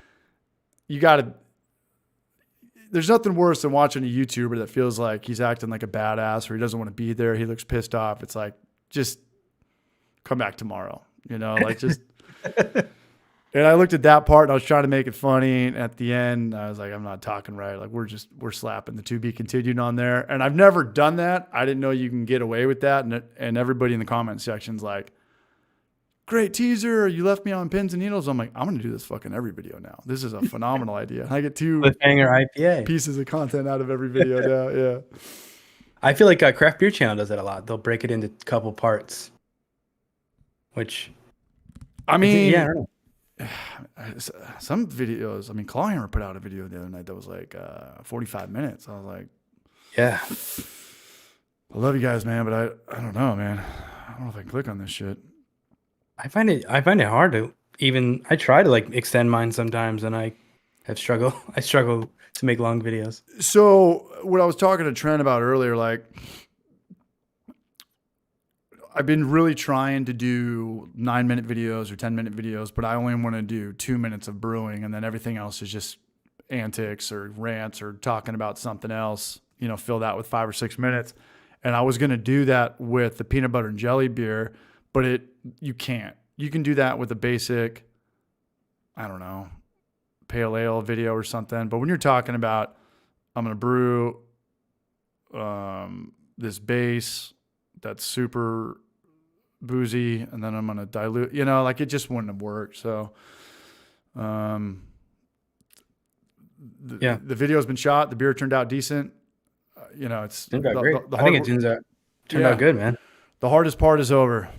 Goose Fraba short rib. Gnome. Let's do one. Let's get Gnome on here. We'll do one. Everywhere Brewing. Is that San Diego or is that Los Angeles? Everywhere Brewing? Who says this? USA GI, 1969. I brew for myself, sons, and friends. Shout out to that barrage. Nice. Short rib ramen and PB&J. Bruce. Yeah, when I saw that I was Google imaging like just off the wall beers, and I saw tuna, chicken of the sea tuna IPA, and top ramen. My eyes just lit up. I was like, I love that stuff. It's in my cupboard year round, and like that's just where we're at in beer. Top ramen IPA. Right. It's wild. That looked like some AI generated. That looked like a chat GPI for damn sure. Yeah. All right, I need to get a hazy. Can you hold it down? I can hold it down, yeah. Hold it down. All right. If you guys ever had a question, ask the Brew Show. Speak now. Fire away. Also, a reminder that tomorrow night I'm going live with Martin Keene of the Brewlosophy Show and the Homebrew Challenge. And I'm going to grill him. I want to get some good questions going. So if you have any questions, be sure to get them over to me or join us tomorrow at 6 p.m. Pacific time tomorrow. A little plug there. But I want to ask him about, like, I feel like the Homebrew Challenge is just like the most insane thing, brewing every style of beer. So I definitely want to ask him a lot of questions about that. What beers does he, wish he could brew again, or, what was his favorites? So we'll get to the bottom of that. Super Trooper stash. Yeah, I had a beard and then I don't know. It was getting itchy under here, so I shaved it. But I wanted to keep something.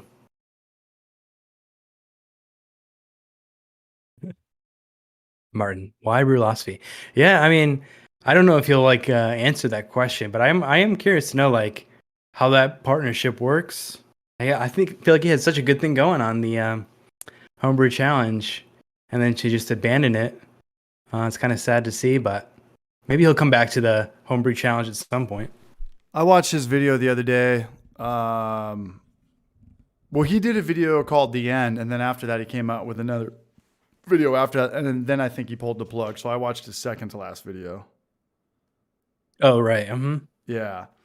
But yeah, and we kind of talked about that in the first email. He was like, I said something, or he said something like, hey, thanks for, putting out content still at a time where people aren't that into homebrewing or not that into beer and this and that. And, the feeling was mutual. Maybe I said it to him, maybe he said it to me.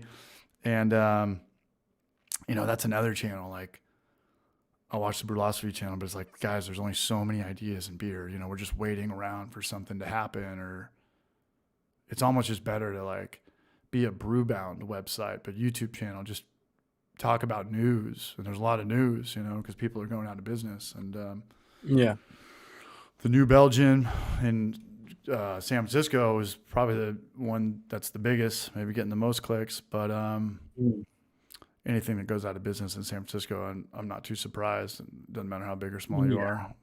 you're right. Yeah. When was your last trip up there? It's got to be, I don't know, maybe 3 years. It's been a while. You think it's funkier than LA as far as like eyesores and, just walking around and just seeing a bunch of. It's so hard because I feel like. I mean, you could say that about any city, really.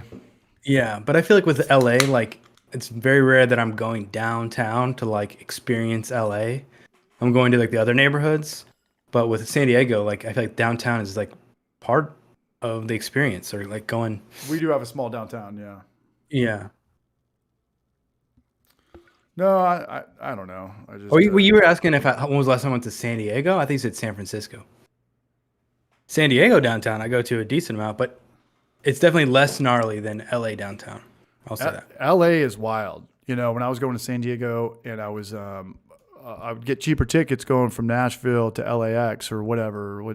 There's like 4 airports in LA, but I'd get a ticket or an Uber over to Union Station, and I'd come down to San Diego, and you hit Capistrano, Anaheim, you see Angel Stadium, and you can look. You're like, whoa! Like, I feel like I'm in Tijuana right now. Now I feel like I'm in Utopia. Now, like, you can see the class is just like, you know, then you see just trash and shopping carts and graffiti everywhere. You're just like, this is the craziest city ever. This city is like its own country. Right. It's such a big county. Yeah. Hold on, this is one of my coworkers. Mm-hmm. East S. Do people actually go to downtown LA? I mean, there are things to do down there. There's some decent breweries in downtown LA. You got little Tokyos down there. There's definitely things to do. It's a lot of good art district areas. Yeah, I mean, every place has nice and bad parts. I mean, I love Asheville, and there's a lot of weird shit in Asheville. You know, there's a lot of homelessness and this and that, but it's just small. It's not like LA. You're just like,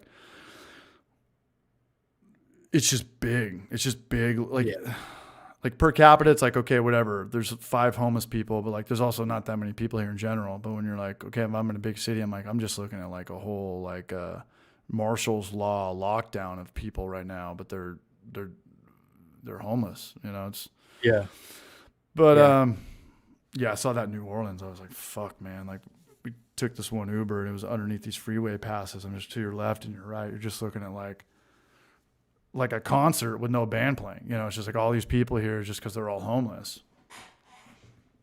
But yeah, tough. It's every city though. It's every state. It's you could blame this or politician that or blue versus reds. Like, no, it's just it's in Knoxville. You know, it's just smaller. You can never cure the homeless problem. It just kind of shifts. You know, like my buddy was telling me that when they did the when was the Atlanta Olympics? 94? 90 something, yeah. So the politician at the time, he would give homeless people $50 and a bus ticket to move to Knoxville to get them out of there. So he just shifted the problem, which is kind of smart. You know, politicians always talk about like unemployment numbers, like you're never going to do shit. But this was like, all right, you got them out of your town, but you just threw them over to Knoxville. You know, so that's how we got a lot of homelessness. And yeah, I don't know. You know, we don't really need to be talking about this, but it's every city everywhere. LA is just a big city. Yeah. It's just a big ass city. Battalion Rob, what's up, Raj? 98, 96. I think it was 96. Just picked up a bottle from Anchorage Brewing Blessed Stout. Oh, never mind. I was thinking Anchor Steam. Hell yeah. Right on, last beer. Wait. Arts District was fun. The atmosphere was better than the beer, but it was a good time. Yeah, Arts District is cool. And someone else, yeah, there's definitely pockets, but I feel like LA is one of those towns where it's like you see it in the movies and you think of it a certain way. But if I were to like come from like a different country and go to LA, I would be heavily disappointed. Yeah, that's San Diego too, because people think San Diego is just San Diego. You know, if you're not living by the coast, it's like if you're like, oh, I got to move to Southern California, and you move to like East Escondido or Fallbrook, you're gonna be like, well, I should have just stayed home. It's the same shit, but way more expensive. You know, like you have to be on the coast in pretty much anywhere in California. I mean, there's some cool, you know, ranches and stuff like that a little bit inland, but yeah, Escondido, man, they've got like 5 public high schools. I mean, there's a lot of people there. Yeah, there's a lot going on. What up, Houston the Barrage? ABC is good stuff, but I wouldn't want to pay. Mixed firm stuff other than that. Back off, war child, seriously. Is anybody hitting you up right now? Or is Northern Beer or anybody trying to reach out, do some sponsorships? It's pretty quiet. I was talking with Anvil, and They aren't doing anything with me right now, but yeah, It's been quiet on that's all my right. end I feel too. like I feel like it's just slow for everybody, so everyone's just kind of chilling out. What was your last brand you worked with? Not like Mm, Clawhammer or something you're gonna do in every yeah, video, like a one-off. it's probably Anvil, I guess, if I had to think about it. What'd you do? Like one of their fermenters they sent me. Oh, It you was rocked the one with the 3 legs. yeah. Yeah. I What do you still think got of that. that? I like it. Yeah, I mean, But the you biggest also issue. got it for free, so you don't have like a Yeah, buyer's remorse or anything. Yeah. yeah, right. Around the same time, I got the Delta Firm Tank, which is very similar. Yeah. And I think I tend to lean towards that one more, but I like the Anvil one.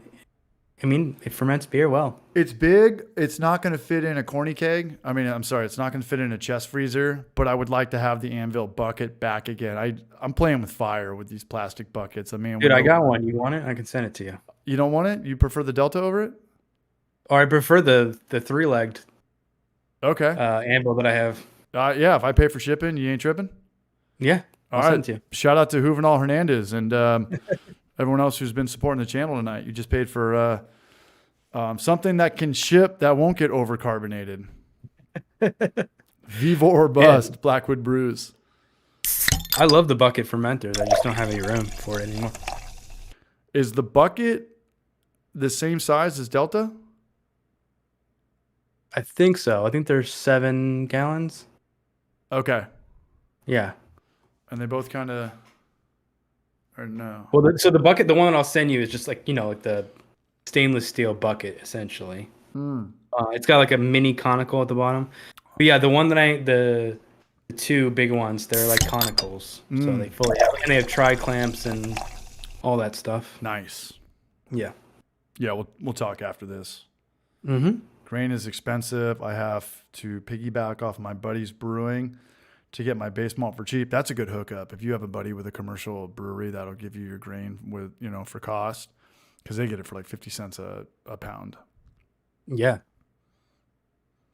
I mean, Or, especially if you're doing 20-gallon batches or 10-gallon batches would be 20 pounds. Yeah. It can add up. Wow. Or just yeah. buy in bulk. Speaking of local homebrew stores, though, how's our boy doing? Carlsbad Brew Supply. Pretty good, I think. I stop by there every now and then. It's a tough game. It's a tough Yeah. game. I just found out they sell yeast at half price if it's expired. Everybody does that. And Yeah, you yeah. should buy that. Yeah. Hey, Ron Barnes, super chatted, $10 shipping fund. Juvenal and Ron Barnes are funding some USPS. I don't know if it'd be flat rate. It's kind of a big thing to send. But any which way, man, much love, Ron Barnes. I appreciate that. I've done a few batches in the stainless brew bucket. So far, it's been great. So tell us about your live stream. What's going on with that? Do you have people booked out? Because I know you got Martin tomorrow. Do you have next month's? I don't have next month's yet, so I'm just doing it month by month. But yeah, Martin's tomorrow, and we'll see who I can get next. Is it going to be brew tubers, or do you want to have brewery owners on, or like a Maury, or can someone sit there with you, or is it just easier to get a YouTuber on? I think I want to keep it to like brewing, fermenting creators. So it doesn't have to be a YouTuber. It could be somebody on Instagram or I don't know, even TikTok, whatever. But somebody that's just in the creator space that's doing something with beer fermentation or even ciders, whatever. Can you host have a guest at your house, or would you want to do it all through this?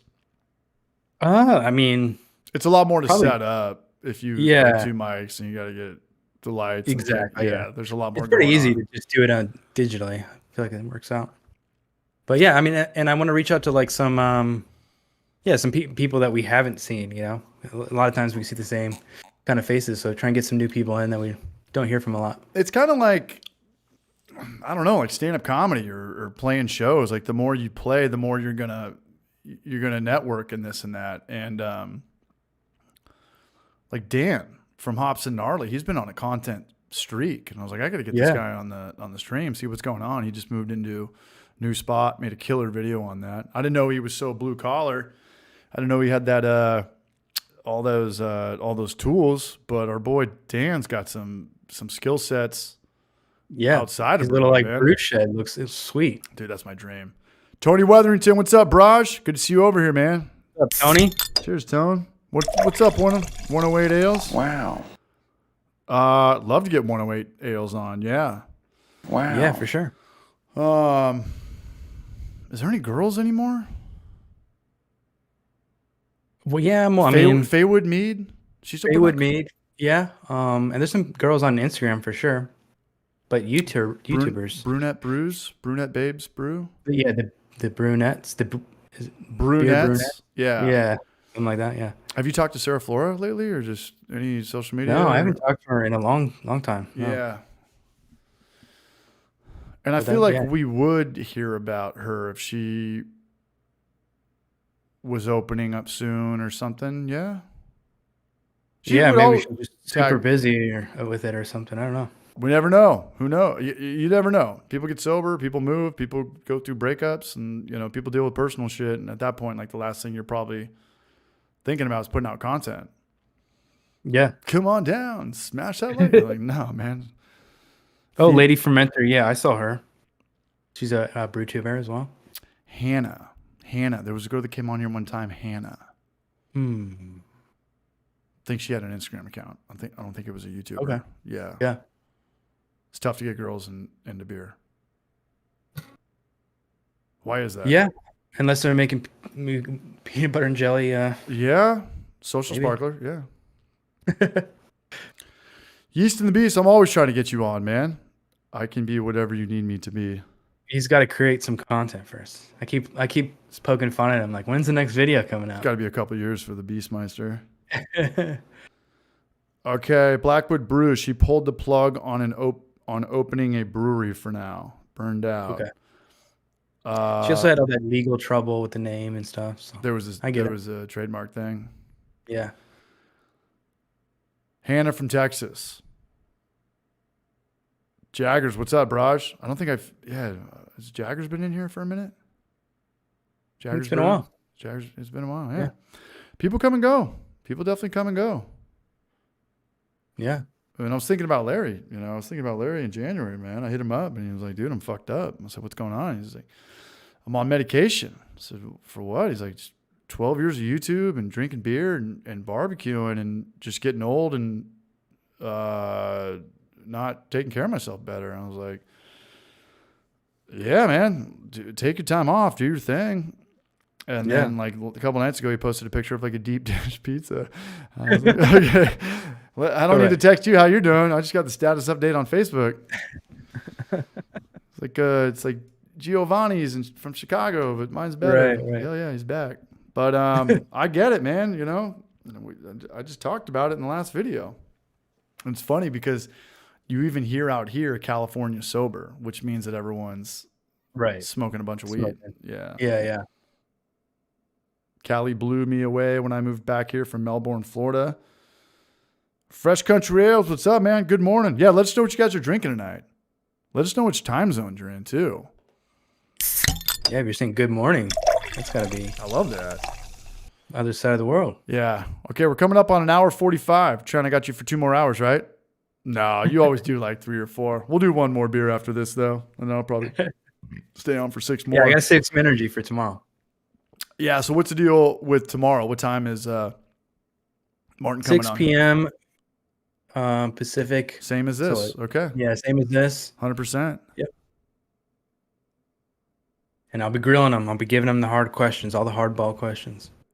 When you come out here, we could all meet up because I'm not that far from him. I think I'm like 4 or 5 hour drive. That's a good thing about Right. Knoxville. It's like the best hub ever for driving. Like people like the flying hubs down in Miami and Florida and stuff like that. Like you can get to the Caribbean and all that stuff pretty fast. But as far as driving goes, Knoxville's, we got Louisville to the north, Asheville east, right after Asheville, Charlotte. Then we've got Raleigh, to the west, Nashville, Atlanta. I'm definitely going to be seeing some Braves Padres games this year. Nice. Baseball's back on TV.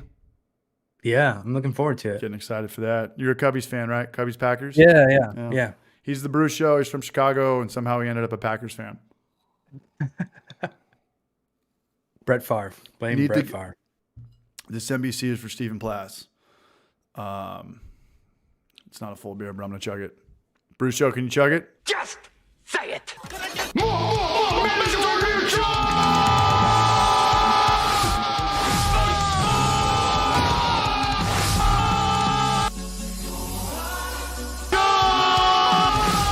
Triple combo.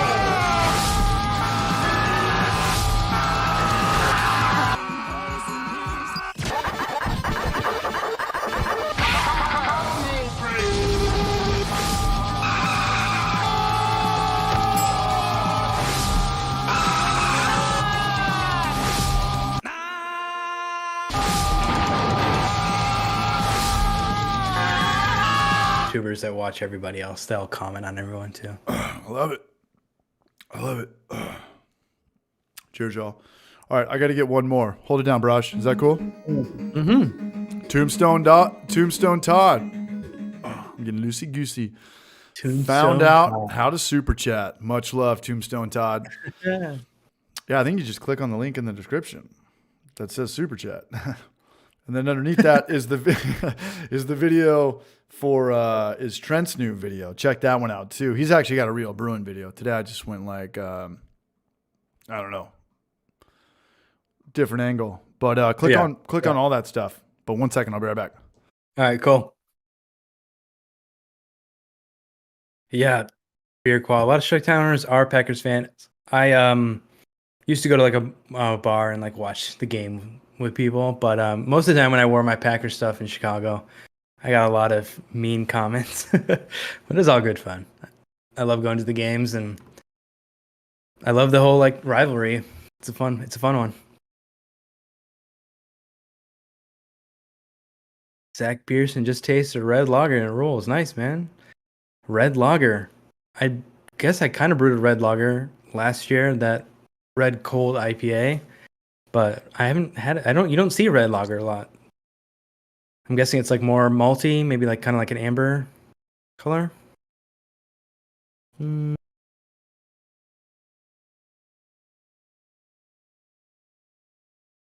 actually have a beer question when I don't interrupt somebody. Is there something going on right now?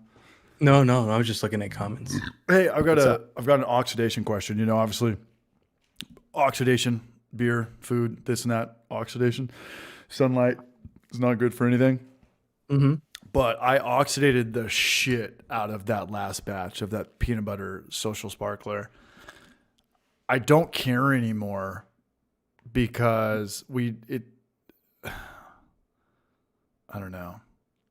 Like if you're drinking your beer fast and you can get rid of it or give it away, can you just oxygenate the shit out of your beer?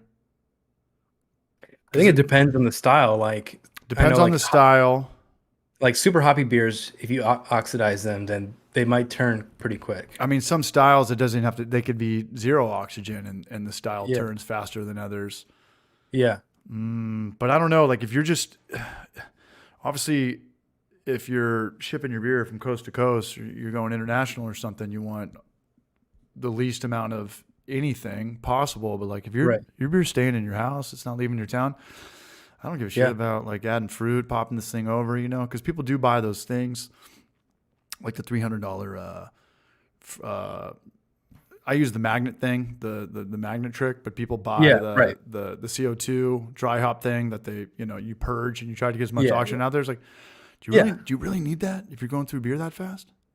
I don't think so. I don't think so either. I mean, honestly, like it's cool. Open it up and toss it in. I feel like that's probably fine, but yeah, like even that, you know, like people are always talking about these beer styles back in the day, and this, you know, Pilsen was known for this, and they had the best water. I'm like, I don't think that they did.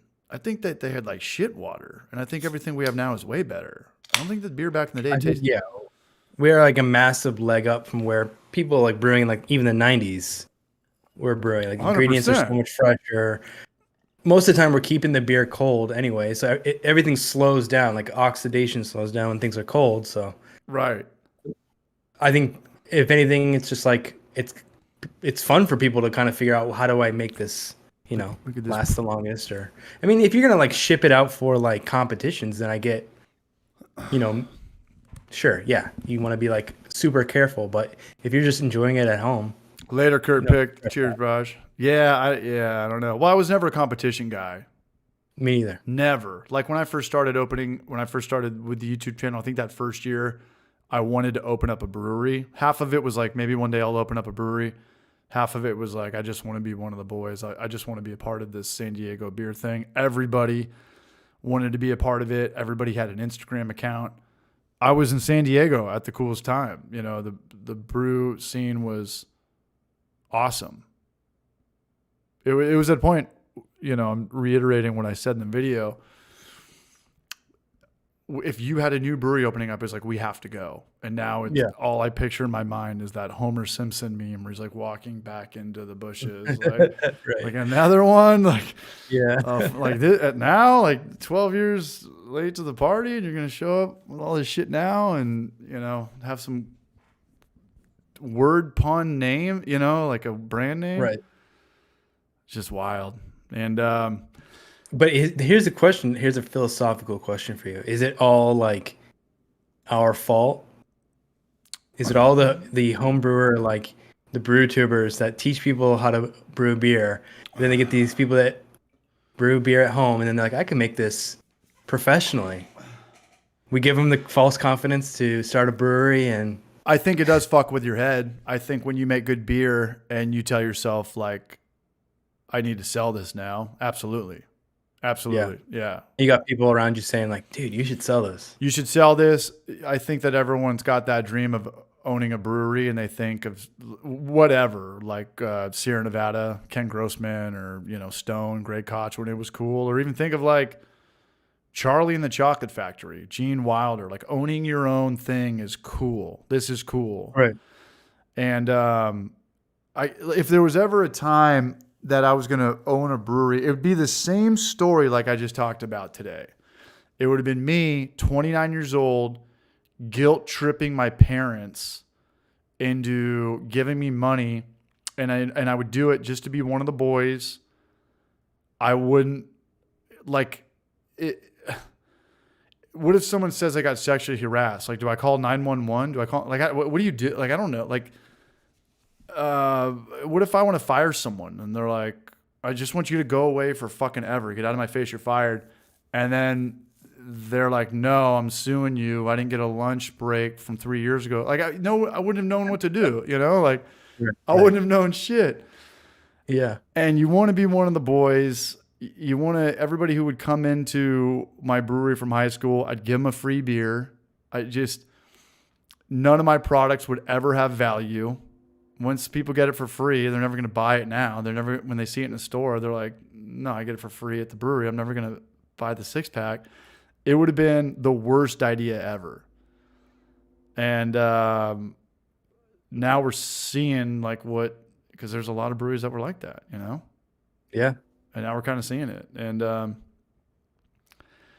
don't know, man. Like, and there's definitely another joke in here, because beer's that one thing where you make it and you're like, I have to start a brewery now. It's like, you don't make French toast. You're like, we fucking need to open a breakfast joint, you know? Like, Right. Oh my God, this Right. banana smoothie was out of control. We need to open up a Jamba Juice or something.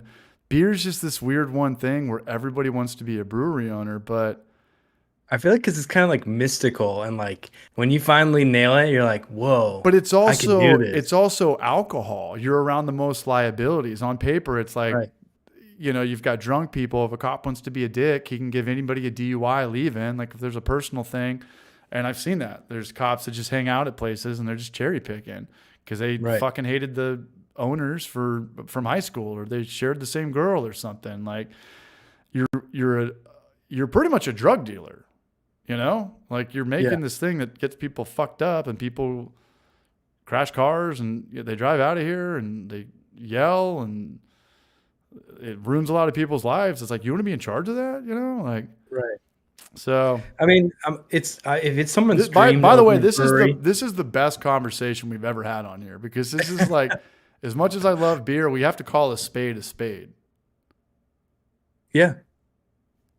I think it's, if someone's dream to open a brewery, that's fine and all, but it's also okay for a hobby to just be a hobby. Like, you don't have to. You can just enjoy.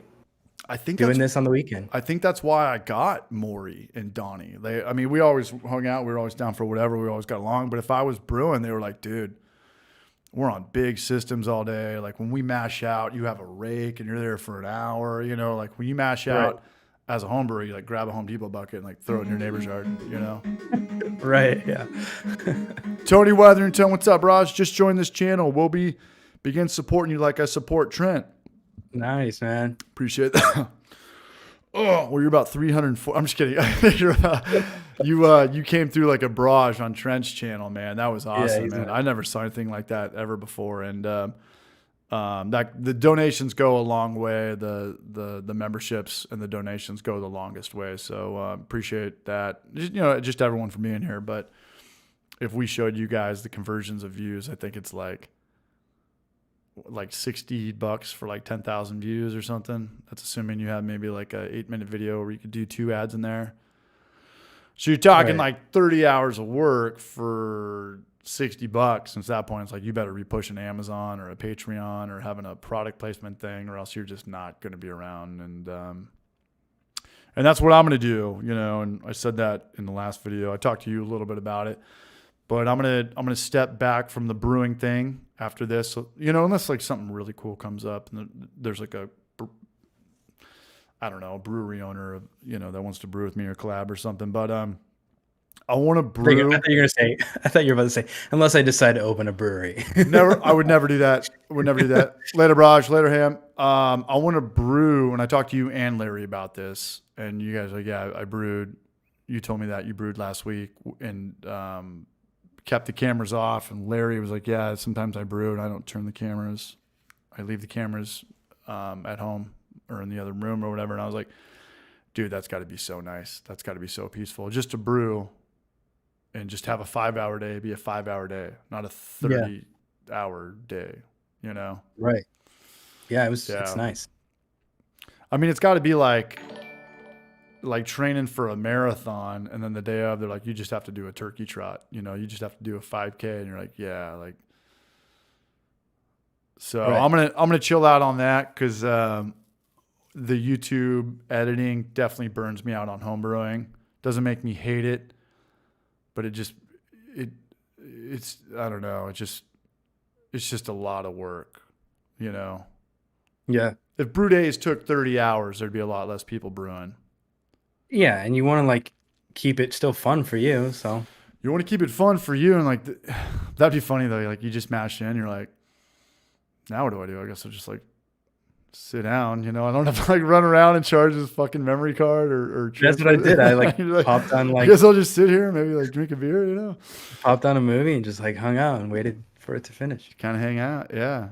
Because the way I look at it is that when you're brewing, it's if you're prepared. You've got your recipe. You've got your everything printed out. It takes about 5 hours with cleanup and everything. Mm-hmm. And sure, it's work. It's not work in construction, but like it's blue collar. It's industrious.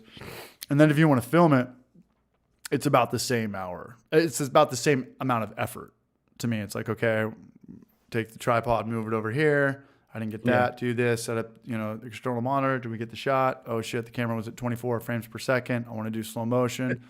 Do it to 60. It's about the same amount of work. So you're pretty much doubling the effort on a brew day.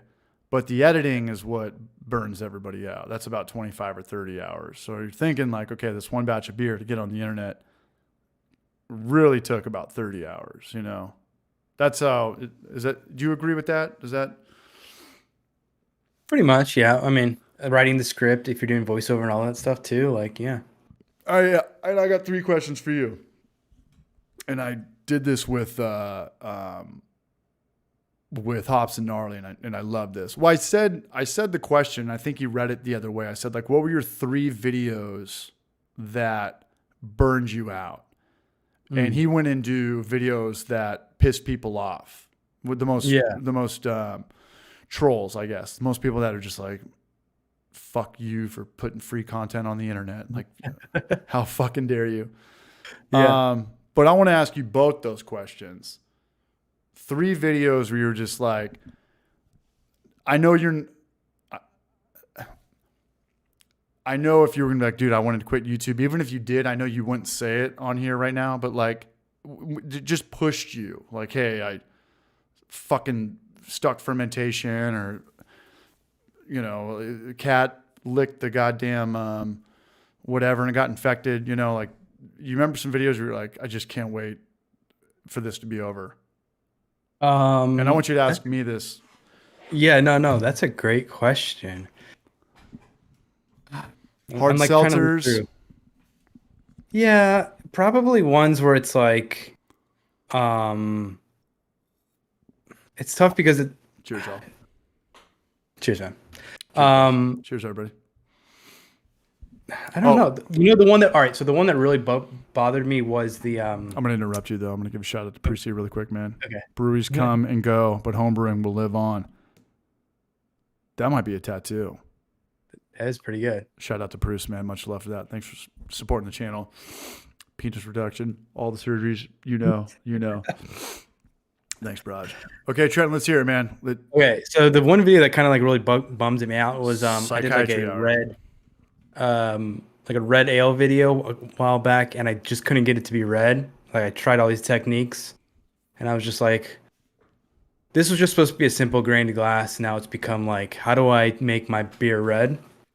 And so I ended up using like Cinnamar, which is like that Oh, yeah. concentrate, and like trying all these different things. Inside of the coffin at midnight. Yeah. It's like anything where it's like just, it's tough because we're making these recipes that, sometimes I'm able to try brewing it a couple times, but most of the time I'm brewing these the very first time and I have no idea how they're going to actually turn out, or, I'm trusting a recipe that I haven't tested. So it's always a bit scary with the grain to glass. Luckily there hasn't been too many that have been horrible, but You don't throw batches out, do you? the only I've thrown 2 batches out, and the first one was I did like a the George Washington beer. Like I found his like old recipe that was written on like a back of his like thing. That was a great And video. it was just like so weird. You and look like a just colonizing racist in that video. I'm just kidding. Yeah. It was fun to make and like fun to research and all, but the beer wasn't that great. So I threw that one out after the video, and then this one that I'm making right now that's really pissing me off is the malt liquor. I just threw out 5 gallons of that, and Would you ever put that in a video? I know that's not your style, but I think that people would appreciate seeing like the behind the curtain stuff. Because I've thrown probably 4 or 5 batches out in my lifetime, but I only like filmed once. Usually you're so frustrated, you're like, you fucking throw it out. You're like, damn, I was so frustrated. I should have filmed that. I could have gotten some B-roll. I filmed myself pouring this one out because I was like, I feel like this is part of the story, like that it's not an easy thing to make, that there's challenge, and it's a collaboration with Martin as well. So it's like, it adds all this drama. It adds drama to it, but it is annoying, especially